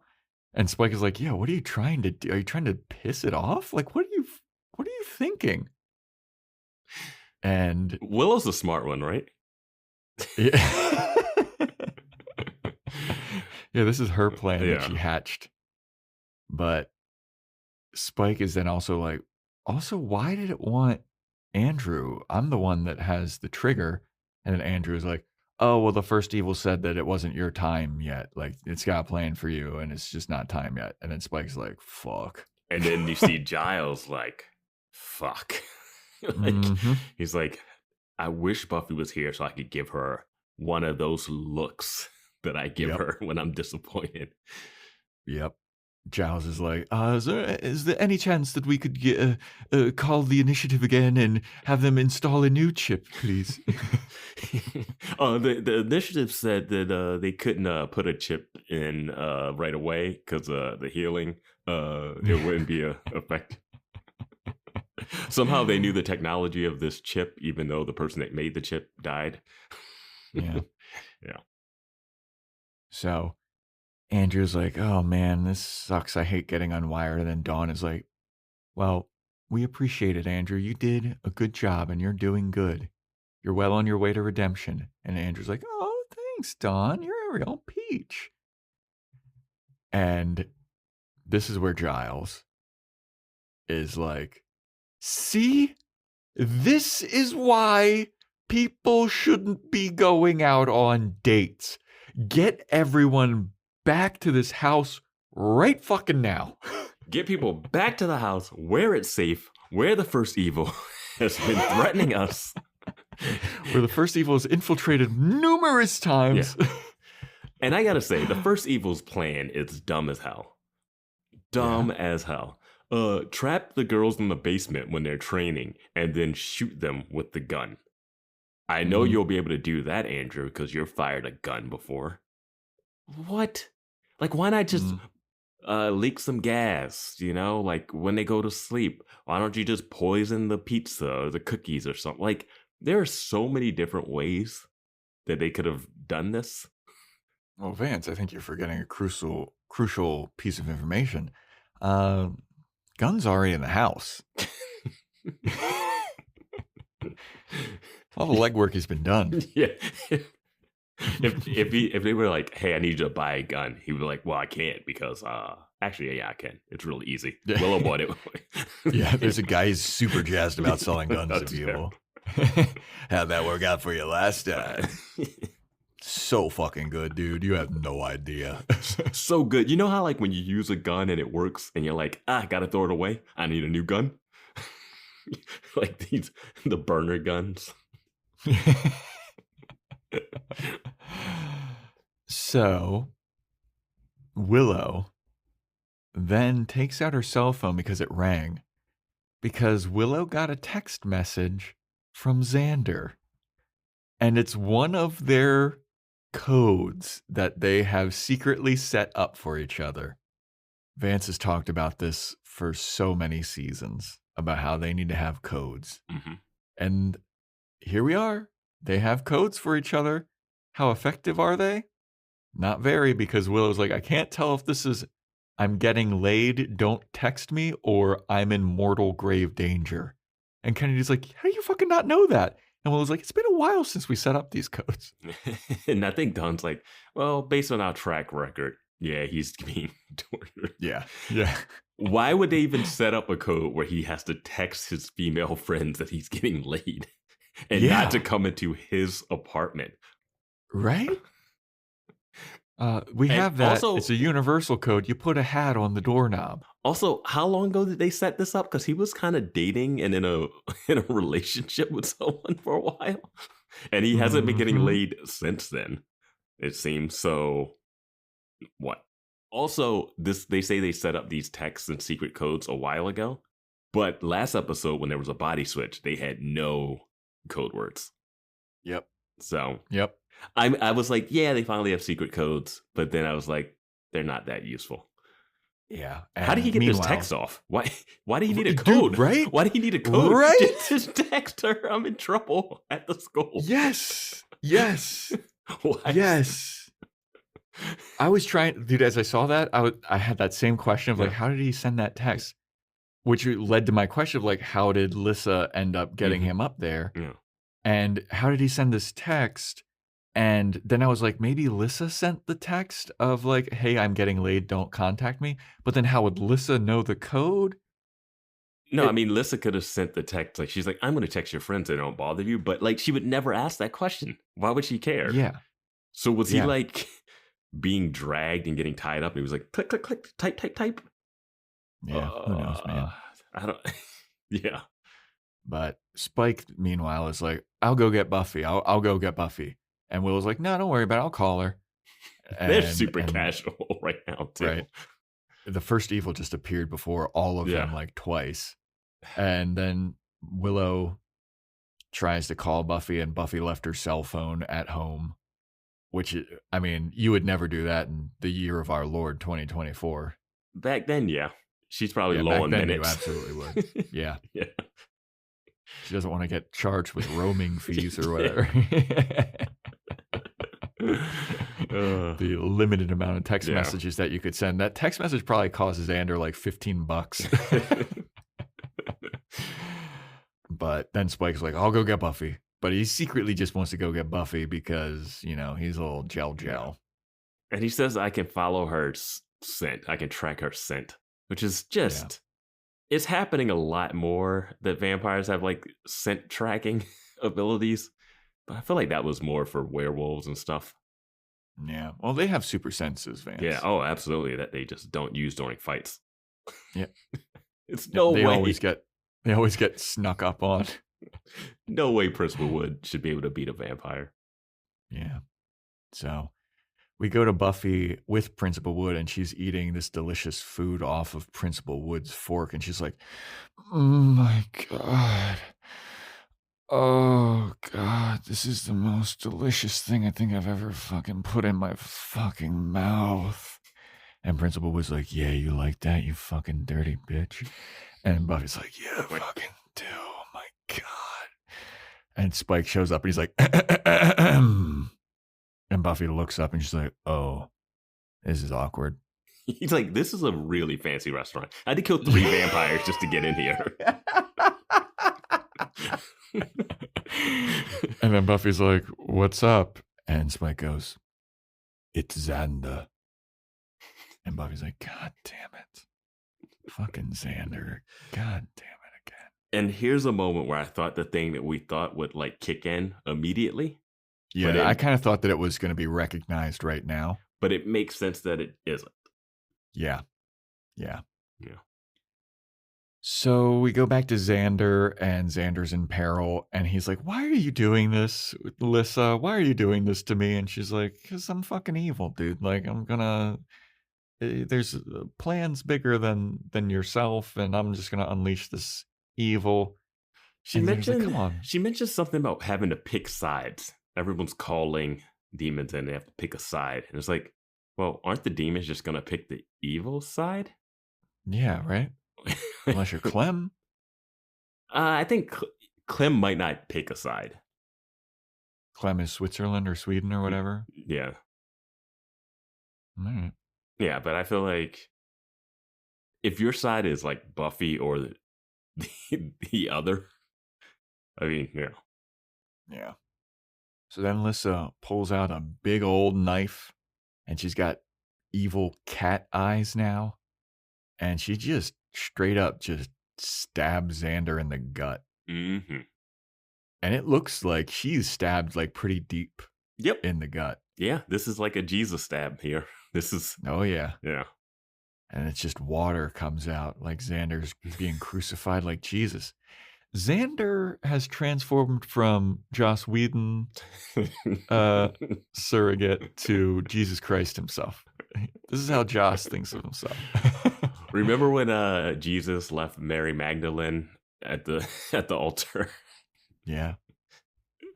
And then he stayed away for 3 days, and then he returned. And then he returned, and everybody was like, "I don't know if I like you as much anymore." Yeah. But Xander starts bleeding all over the Baphomet First Evil sewer grate manhole cover. Yep. Yeah. So Principal Wood and Spike and Buffy, they're on their way to go to the school. They're driving. Principal Wood's driving. Buffy's in shotgun, and Spike is just looking like a pissed off teenager in the back seat.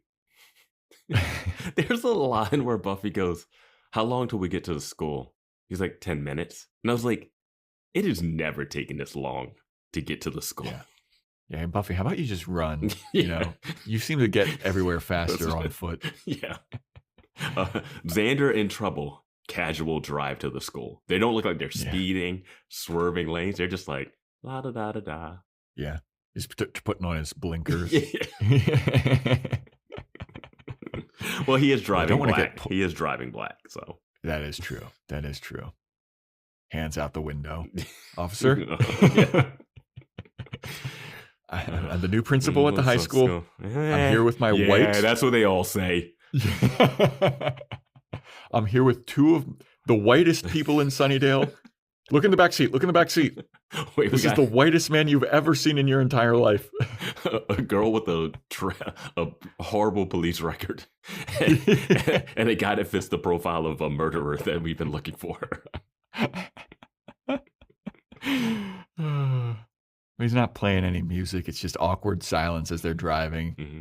And Principal Wood's like, "So, how do you 2 know each other?" And before Spike can say anything, Buffy's like, we know each other from work. We're from fighting evil and killing vampires and shit. And Spike kind of looks at Buffy like, I see. What was she supposed to say? Yeah. This is the vampire I used to fuck before you. That might still be in love with me. That would have been amazing. Yeah. So they show up to school. Buffy just kicks the door down, sees Lissa, starts beating up Lissa. Spike joins in on the fight. Principal Wood sees that Spike turns into a vampire because Spike goes vampire face for no reason at all otherwise for this to happen. I love when sometimes they go vampire face as if it gives them extra power. And then sometimes they just don't need it at all. Yeah. But Principal Wood sees this and he goes, he's a vampire. That was amazing. Like, he couldn't sell that with a look. He had to say it. He's like, he's a vampire. Yeah. And he delivered that line so cold and dead, like, no. I mean, he delivered that line with the same amount of emotion that he had when he saw Jonathan's dead body over that thing. Yeah. Just like blank blandness. Oh, it was amazing. She's a vampire. But he's a vampire. He goes over, Xander's like screaming. He's like, help me, help me. He starts untying Xander. The manhole cover is glowing and it's starting to unleash another Turok Han. And Principal Wood looks down and he's like, oh, fuck, I gotta fucking untie this white boy real quick. He starts untying him. The Turok Han grabs his ankle. Eventually he just like cuts Xander down. Buffy's fighting Lissa. Spike's helping. Then eventually Buffy just straight up beheads Lissa. Cool looking demon. Cool looking demon that we don't get to see a lot of. It was a wasted. I know, right? I feel like that was a wasted demon design. Yeah. Because Lissa transforms from looking like Ashanti to this crazy looking demon. I wanted to say another R&B artist instead. Goes from looking like Ashanti to Brandy. I didn't know. The boy is mine. That was a classic. Yeah. Brandy and Monica. Yeah. Yeah. Yeah. Monica was great. Short-lived. Monica had a short run. I mean, I feel like Brandy did too. I mean, she had the TV show. She had more longevity than Monica for sure. Yeah, but absolutely. I think she only had like 2 or 3 singles like that. Yeah, I think she probably had like a 4 to 5 year run of like being top. Like Ray J stole in the mix though. Boy, he's in the mix for something else. You know what I'm saying?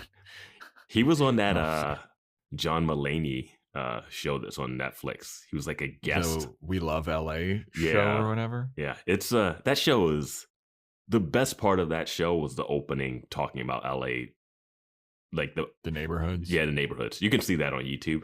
I would say watch that. The rest of the show is like a weird talk show vibe. I thought it was gonna be man on the street interviews.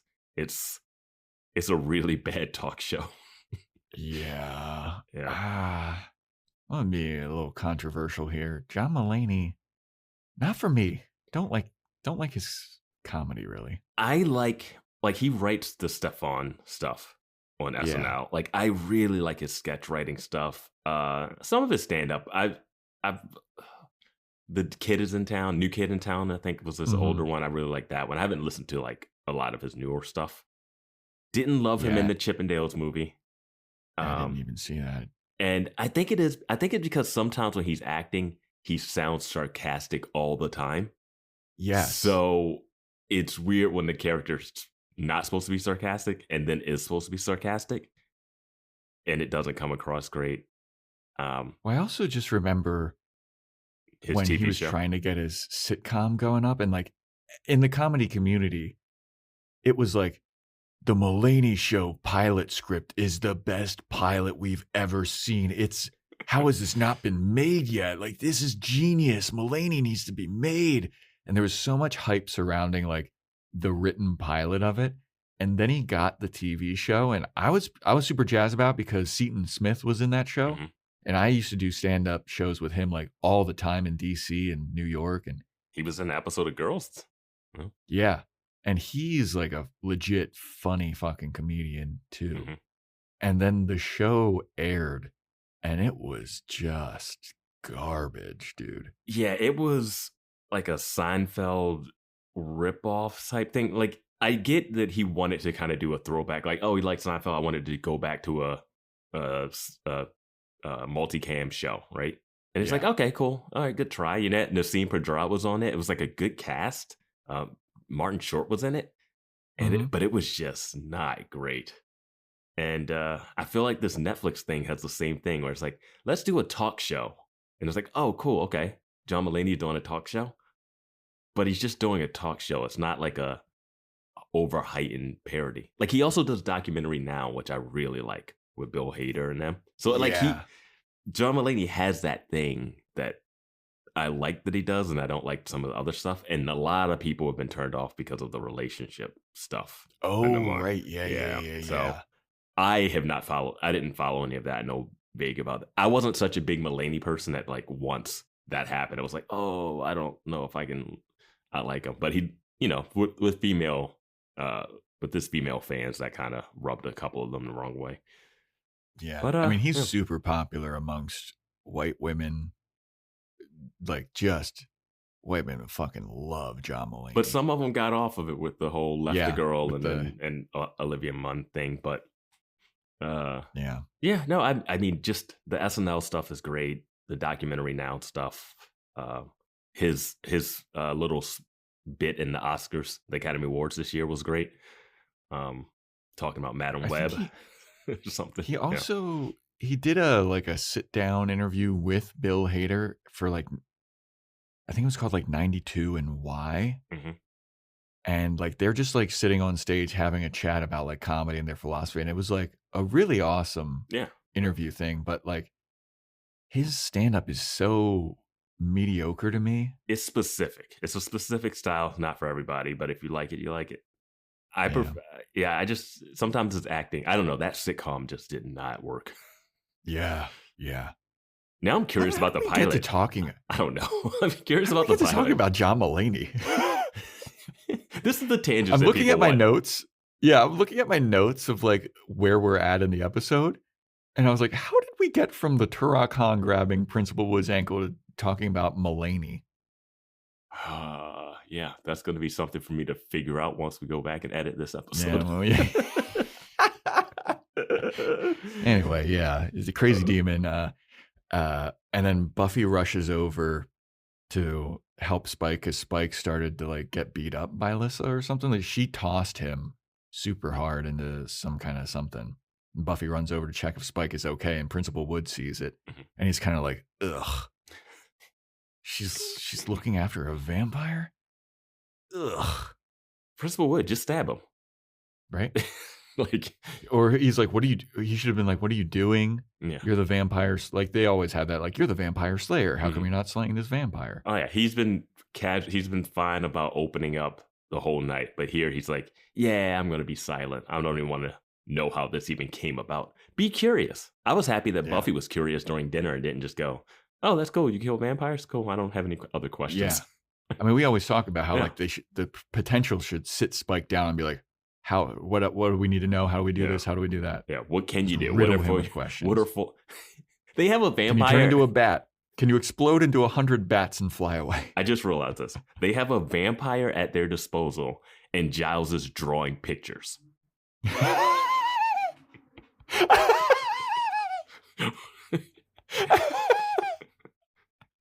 You're right. That's so fucking stupid. Hey, Spike, will you come in here and just be like, he can do this thing with his face. Watch out. He's good. But others bad. I mean, maybe that would have caused her to like, that might have been a little too jarring. She would have definitely locked herself in the bathroom for that. Yeah, wait till she sees the first evil. Was she down there when the first evil showed up? No, I think she was still in the shitter. Yeah. She got mad diarrhea from eating that ice cream, dude. Yeah. But anyway, so Buffy then rushes over to Xander and she's like, Xander, how are you? And Xander just looks up at her and he goes, so how's your date going? No, I have to bring up before this. Principal Wood goes, yeah, he's going to be okay. Principal Wood just says, after Xander's leaned against the wall, no medical attention, he's going to be okay. Mm-hmm. And I'm like, he was just stabbed and bleeding out. Dude, and again, I must reiterate, it looked like Lissa stabbed him really deep in the stomach. At worst, he needs medical attention, blood transfusion, stitches. Yeah. Like, Tetanus shot. this is, I brought this show up before, the Great Guilty Pleasure Show. This is under the dome level of medical logic. Especially in the next scene when we see the giant bandage. Yeah. But after Xander asks Buffy how her date's going, Principal Wood shoots a look at Spike. And he's just like, ugh. And Spike looks up at Principal Wood like, what's your beef, bro? Like, what? What do you look? What is this guy giving me the stink eye for? So then we go back to the Summers home, and Anya's there, and she's fretting. She's worried about Xander. She's like, oh my God, Xander's in trouble. Xander's in danger. Oh God. Oh, and Buffy too, I guess. But Xander, Chinese potential slayer, comes downstairs, and she's in a little silky robe. And she's like, what's going on? I'm worried. What's going on? It was the only thing Giles let her pack when she was coming over. Yeah. I guess he took her shopping early in this episode for clothes. Yeah, I guess he got her that nice little silk robe. What do people think? This guy walking around with his like Asian bride. Yeah, he's like, we got her a kimono. All Asians are the same. She'll like this. On his Woody Allen. Yeah, and Giles has a glass of warm milk, and he's like, I got some warm milk for you. Do you want this? It'll help you sleep. And she's like, are you trying to kill me? I've never got the warm milk thing. Yeah, me neither. I don't like glasses of milk just in general. There was a time where I would drink, like, never a giant glass like they do in those cereal commercials. Yeah. That was always insane to me. Orange juice, a giant glass of milk, some toast, some cereal with a bunch of milk. I was like, what is your morning? Yeah, orange slices, waffles and or pancakes. We had that debate in Discord, everybody. Heated. And then people started throwing French toast and crepes in. Get out of here. We got pancakes versus waffles. Yeah, we got an international crew on there on Discord. Well, if we're talking about that, I might as well throw in steak. Steak is a food that you can eat. Well, I'm from New Orleans. I prefer beignets. Wait, what? Beignets are the shit, though. I threw the waffle pancake thing out, and I knew that would just take off. Because we've debated that on the girls' podcast. I mean, that's classic. You throw in, is a hot dog a sandwich anywhere, too, and then you just let them go. Hey, sometimes we just throw chum in the Discord waters. Yep. Yeah. I remember in college, the other one that I remember that guys would discuss quite often is SpaghettiOs soup or pasta? Ooh, that's actually a good one. Yeah. I would say it's mush. I say it's inedible mush.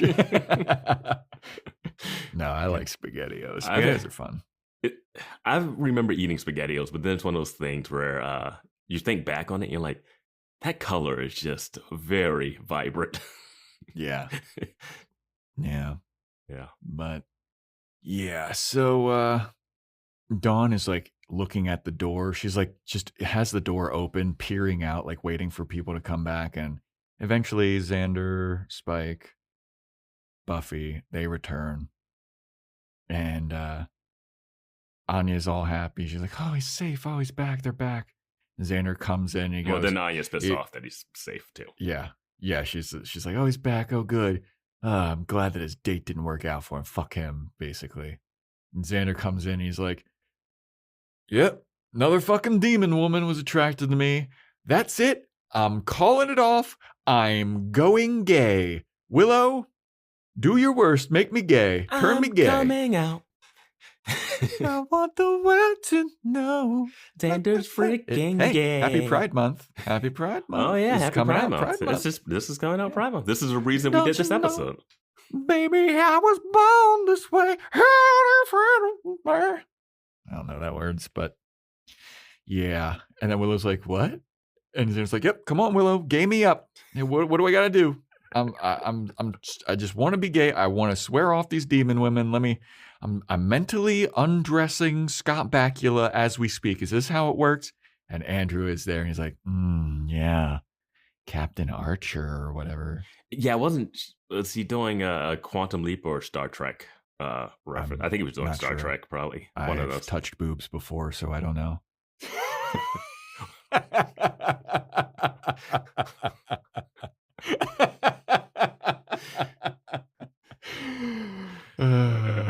Yeah. But I'm just gonna. No, I guess anime's cool now. But yeah. Yeah, anime is cool now. Yeah, but it wasn't when you were watching it. It wasn't in the mainstream. It wasn't in the main. It was like reading comics was not cool, and then Marvel made it, and then it was like, oh, you know this stuff. Can you tell me about what the fuck what is Black Panther doing? Like, who's that? What's Scarlet Witch? It's like, oh, when I was reading the comics earlier and going to the comic book store, you called me a nerd. Yeah. Now it's on TV. Yep. Now you want to know all about Spider-Man's new people. All right. Yep. You want to know what Craven is? Fun fact. I got on Facebook today and saw like my Facebook memories. Oh, I'm sorry. And it was 7. Yeah. Literally the only reason I'm on Facebook is Marketplace, which is where your boy got scammed. But anyway, story for another time. 7 years ago today on my Facebook memories, I posted, hey, I'm hearing a lot of good things about anime. Anime people, what's an anime that I should look into? And I went through and read all the comments again. And like at this point, I've seen all the anime that people suggested me. But a lot of Death Note, a lot of Attack on Titan. Death Note was the first one that I watched. That was the gateway. Yeah, you turned me into Death Note, but it didn't turn me into anime fully because then you recommended Steins Gate and that turned me off of it again. Yeah. It shocks me. Like, cause mine went Death Note to Psycho Pass, which is a great anime. And then I was like having a really hard time finding Steins Gate and I had to like get a DVD or whatever. I did like the one with the kids that were in that school. Promise Neverland. Yeah, I heard the second season sucks, but I did like the first season a lot. Yeah, I never watched the second season, and I think the end of the first season is a satisfying ending. Like, that's all you need. Yeah, I heard the second season is fucking trash. Oh, and I did like One Punch Man. One Punch! Yeah, that one's a good one. Yeah, Mob Psycho. I'm giving some Mob stuff, Psycho 100. I've heard that's a good one.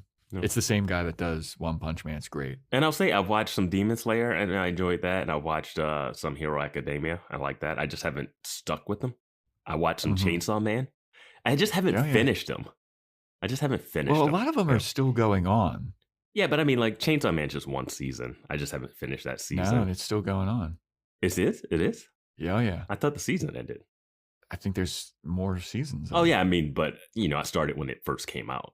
Yeah. I watched the first season of Chainsaw Man. I was like, yeah, that's pretty good. I started watching People were like hyping that one up. Started like watching crazy. I started watching Monster, which is an older one. Oh, that's on Netflix. Yeah. That one's a little slow, but people fucking love it. Yeah, it's a lot of episodes. It's slow, but I don't know. Yeah, I just have a lot that I haven't finished. Not even saying I don't like them. I just haven't stuck with them consistently. Yeah, I think all of Monster at least was on YouTube at one point. It's on Netflix now. All the Monsters on Netflix, yeah. I think it's 74 episodes. I stopped after like 35 because I don't know. I just got into something else. Never came back to it. I was enjoying it. It is slower, but it's got that, like cat and mouse thing. Interesting ethical dilemma too. Yeah. But Andrew and Xander are mentally undressing Scott Bakula, and Buffy chides Xander. She's like, yeah, well, I mean, what's making you think that if you were gay, you wouldn't attract male demons? Like, and like everybody starts laughing, and Giles is like, everybody shut the fuck up. Stop it. This is not funny. This is not fun. This is serious. This is no time for jokes. And he holds up his little stick figure drawings like, this isn't funny. And I was like, dude, Sometimes this show, it's so good, man. Yeah, I really thought they were going to play that even bigger for a laugh. Kind of like at the beginning where he was like, it's all about instincts and knowing what's coming and he gets tackled. That, you see it coming from a mile away, you know? Mm-hmm. But I was wondering what hilarious moment could happen at the end of this. But it still ends the scene in a, yeah, Giles is right. I guess we got to stop doing the show. And I guess we're in the end game since we only have 8 episodes left. Yeah. And he's just like, people may die. People have died. Yeah. Like, and you're all just like yucking it up, going on dates. He's like, I kill this people. Is serious. Yeah. Andrew's got a running tally. Andrew, who's... And they also mentioned during the Xander gay claim, which definitely knocked him down a peg on some people that already hate us less. They also like, I think Dawn goes, well, Clem has always found you attractive. Clem's getting outed in this. Yeah. We forgot how many gay characters there are floating around in Sunnydale. Yeah. I don't think she said that Clem found him attractive. I think she said there's always Clem. No, she said Clem's always found you attractive. Yeah. And during when they are all going back and forth. Yeah. Huh. I must have missed that. But I love because Giles is legit serious and he's holding up his goofy ass drawings. Yeah. And he does have a point like, yo, what are you guys doing? He has a point, but they always have been jokey. Like he's even joked at times. Like, no self-respecting demon would live in an apartment, you know, like, or troll or something. Like, that's the whole show. Yeah. So, I mean, I like that he's the adult in the room, time to get serious, but Buffy going on the date actually kind of made sense, though. Yeah, she was investigating, and it also happened to align with, like, oh, now we have another person on our side, potentially. Xander was basically just being a guy in Sunnydale. And if he didn't know Buffy, would be dead. So... Oh, yeah. There's the plot armor. But yeah. Yeah. So after this, we have a scene of Buffy sitting on the couch alone, and Spike comes in. And Buffy's like, so apparently the first evil is back in the mix. Spike's like, yep.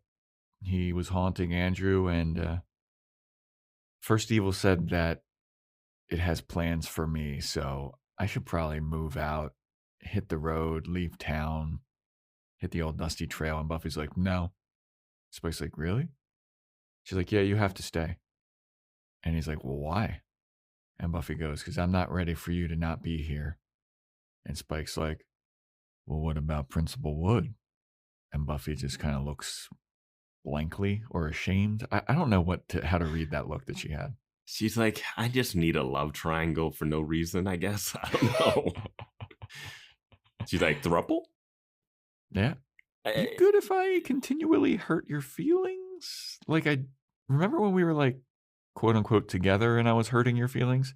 Now you don't even get the benefit of me fucking you, and I'm just going to keep hurting your feelings. And I could tell that he doesn't like vampires, so like, you guys can have a really intense relationship. This came out of left field. I know the beginning started with Giles mentioning something and then her getting overly defensive with Willow. But her at this point is like, I'm just not ready to move on from you after seeing how great that date went. Yeah.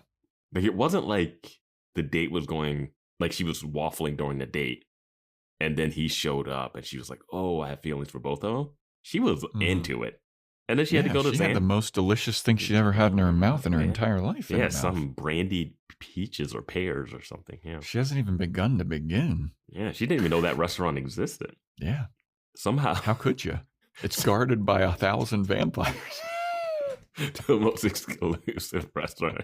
Everybody's in there dressed up. It is, man. Yeah. It's a nice place, man. No, that doorway just is a murder alley. That it was so when they like got surrounded like West Side Story too, like the vampires just all kind of shuffled out. Yeah.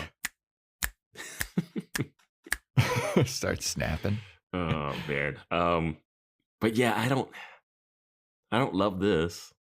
Yeah, I don't know, because Giles did say like you're at the beginning of the episode. He's like, you're relying on him too much. You're relying on him, like you can't rely on him. And then Buffy kind of confirms like, I need you here. I need to rely on you. And then Willow's talking about like, not to move on, but move on past your independentness. But yeah, I don't know.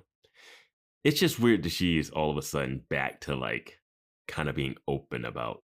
You know what it would be? It would be like if like he said, "Oh, I'm moving on. I'm past you," and she can't get. She's like, "What? You passed me? Not anymore. You're not." Like, now I'm gonna string you along again. But I don't think that's what she's doing. As they call it in the pickup community, she's doing the push-pull method. Push him away, pull him back. Yeah, I read The Game by Neil Strauss in college. Oh, yeah. You can always tell one of them. I remember. You can always tell a disciple of Neil Strauss. I remember. Was it Mystery? I think his name was Mystery. The guy he had a show. On MTV. Yeah. The pickup art. He was always wearing goggles and shit and fuzzy hats. Yeah. You see that and you're just like, I don't know. I don't think it's worth it. Yeah, dude. Like when you see a guy like wearing like a lion's mane vest at a club, and you're just like yeah, I don't think Peacock. And I'm like, you know what? I'm fine. I'll take my my successes when I get them. Can I just wear like some nice shoes? Yeah. I picked up girls in denim shorts, so jean shorts. So I'm fuck it. Yeah. It's funny, like a lot of the, after reading that book, like at the end, Neil Strauss, like it's about like his experience in the pickup community.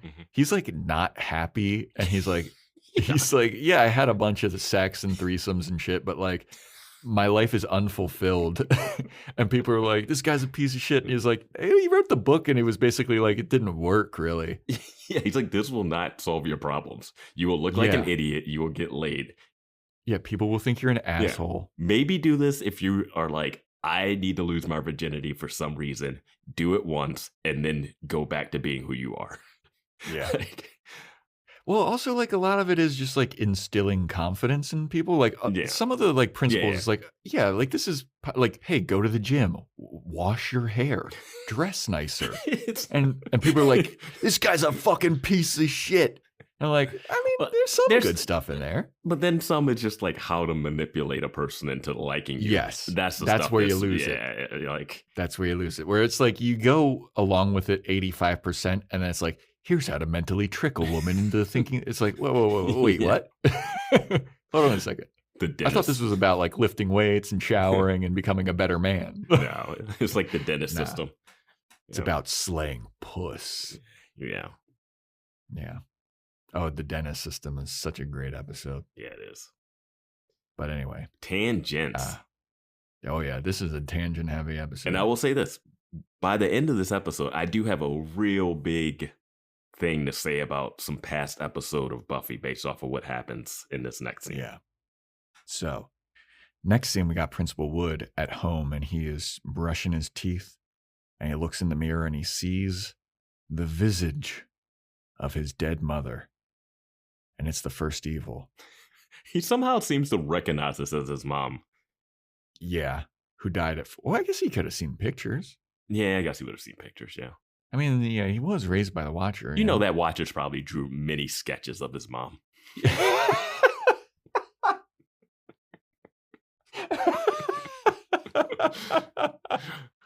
Yeah. Oh, God, that's so funny. But yeah, he sees his mom in the mirror, and he's like, I know it's not you.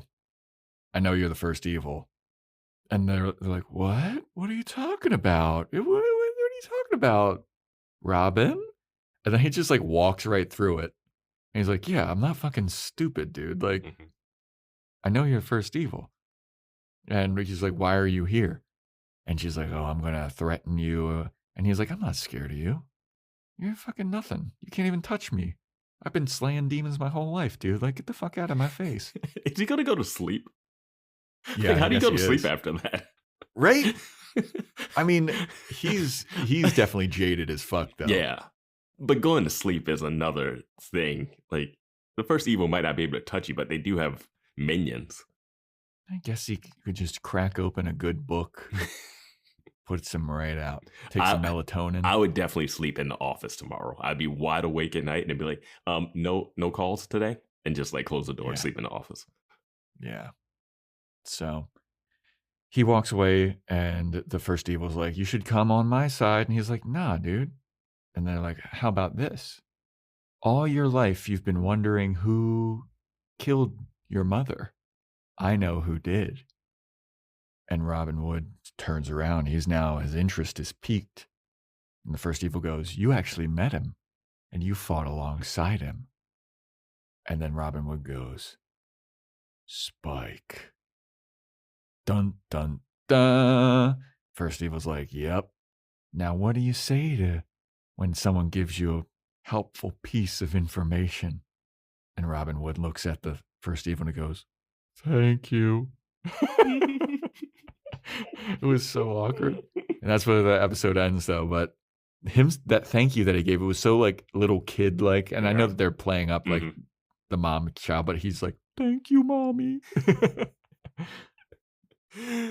It's so interesting that this is the timing that this happens, because he's been living in the basement of the school this whole time. But that was so like funny. I said, as soon as he said that his mom was a Slayer, I was like, my mind immediately went to that subway, and I was like, man, Robin Wood's been getting taunted with the intro credits, seeing Spike twirling his little fucking staff every episode.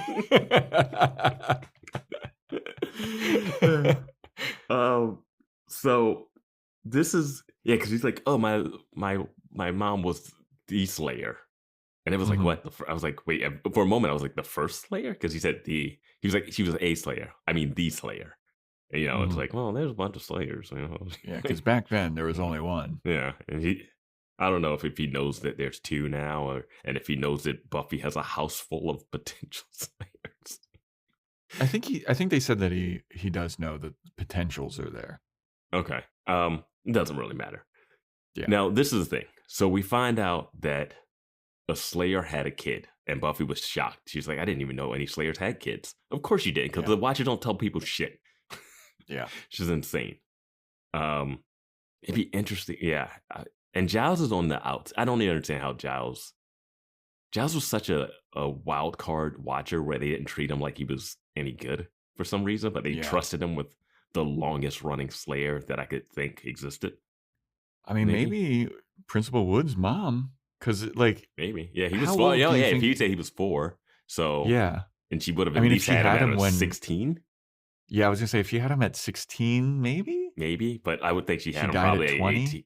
Probably had him at 18. Well, then that would put Buffy longer living than her.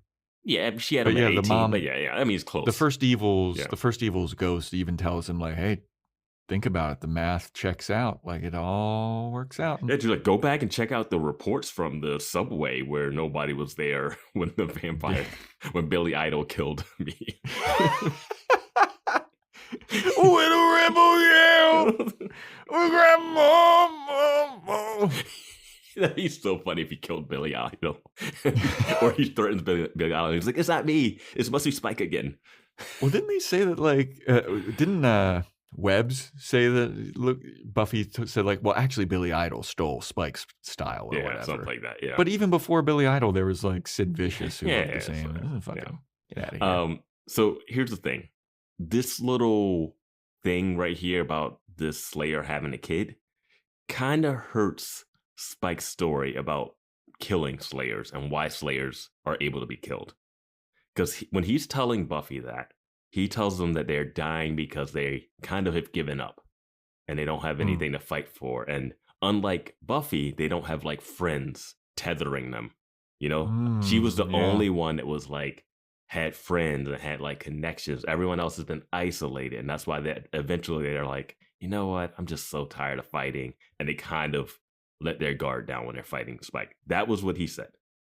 Now, I'm thinking if this Slayer on the subway had a 4-year-old, she might have a little bit to fight for. Just a little bit of reason to live. Yeah, that's a good call. Yeah, so I was just thinking about that. It's fine. It's a little retconny. It gets the thing. It hinders that speech if you go back and listen to him talk about it, knowing what we know now. based off of this. Yeah. Not the worst thing ever, but it was just something that popped in my head because that was a big sticking point in that episode. You're right. That is a good call. I did not remember that. Thank God that you did. Like that is a good point, man. Yeah, my mind is flooded with this Buffy the Vampire Slayer stuff. Yeah. But I did like the reveal. I did like that Principal Wood, like that little throwing off of like, oh, he might be evil. Oh, he actually knows Slayers. His mom is a Slayer. Like, I like this reveal. I like that they didn't overplay it too long. Yeah. They didn't do the Giles for episodes and episodes, and then he like, I magically stopped an axe from hitting me in the neck. Yeah. You're a fool. You thought that was going to kill me? Yeah. It was going to be a cliffhanger? No. I did like, I like that the first evil is the one that tells him, because now it's more of a manipulation to get him to go after Spike, as opposed to him seeing Spike and being like, it's you. Yeah, I thought that he was going to recognize Spike, but I think this is better. This is better. And now I'm just really questioning why he buried Jonathan. Yeah, that's the sticking point of what happened there. So does he just find dead kids in the school and just bury them? Yeah. What? I mean, maybe they'll explain that. Maybe, but I hope they do, because that's otherwise that's just a mislead for us to think he's evil. Yeah. But he had to have some reason to bury this guy that he doesn't know. Yeah. I can't think of a reason that a good guy would do that. Yeah. Oh, wow. And he seems like he's just a vampire hunter, not like a... Well, he also says he kills demons. Kills demons, but like credit. he's not like a cover up everything and keep the secret. You know, even when you think back... He's not like the principal, the mayor type situation. Also, when he's giving Buffy that speech about scary stuff, and I like mysteries to see how they end, and then he smirks and walks off. The fuck was that? Right? Like, if he knew she was the Slayer, why is like, I like mysteries, and he's staring at her from his office like a creep. Yeah, I don't know. Maybe he just likes fucking with her.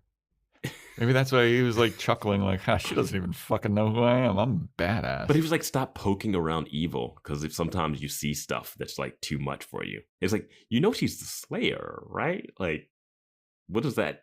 What are you talking about? Like, when you go back, it just doesn't make sense. Yeah, good points. Yeah, good points. I do like this reveal, though. Still like it. Love this episode. Thought this was a very fun episode. It's pretty good. Pretty good, yeah. Next episode is titled Get It Done. Principal Woods tries to kill Spike. Yeah. Yeah. First evil's in his ear now, telling him to get it done.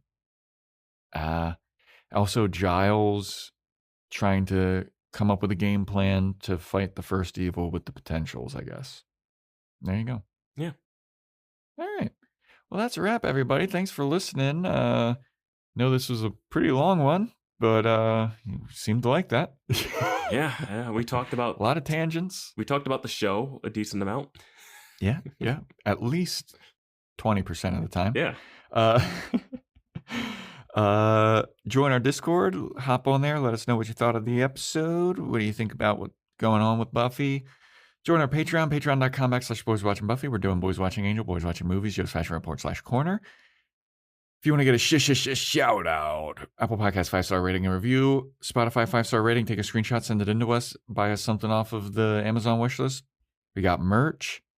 Follow us on Instagram at Boys Watching Buffy, boyswatchingbuffy@gmail.com. If you want to get in touch with us. And yeah, stay tuned next time for when we talk about Get It Done.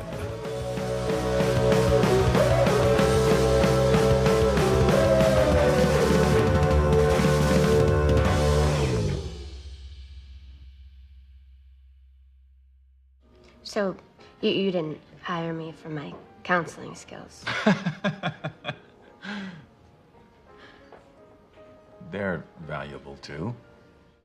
Seltzer Kings Podcasts.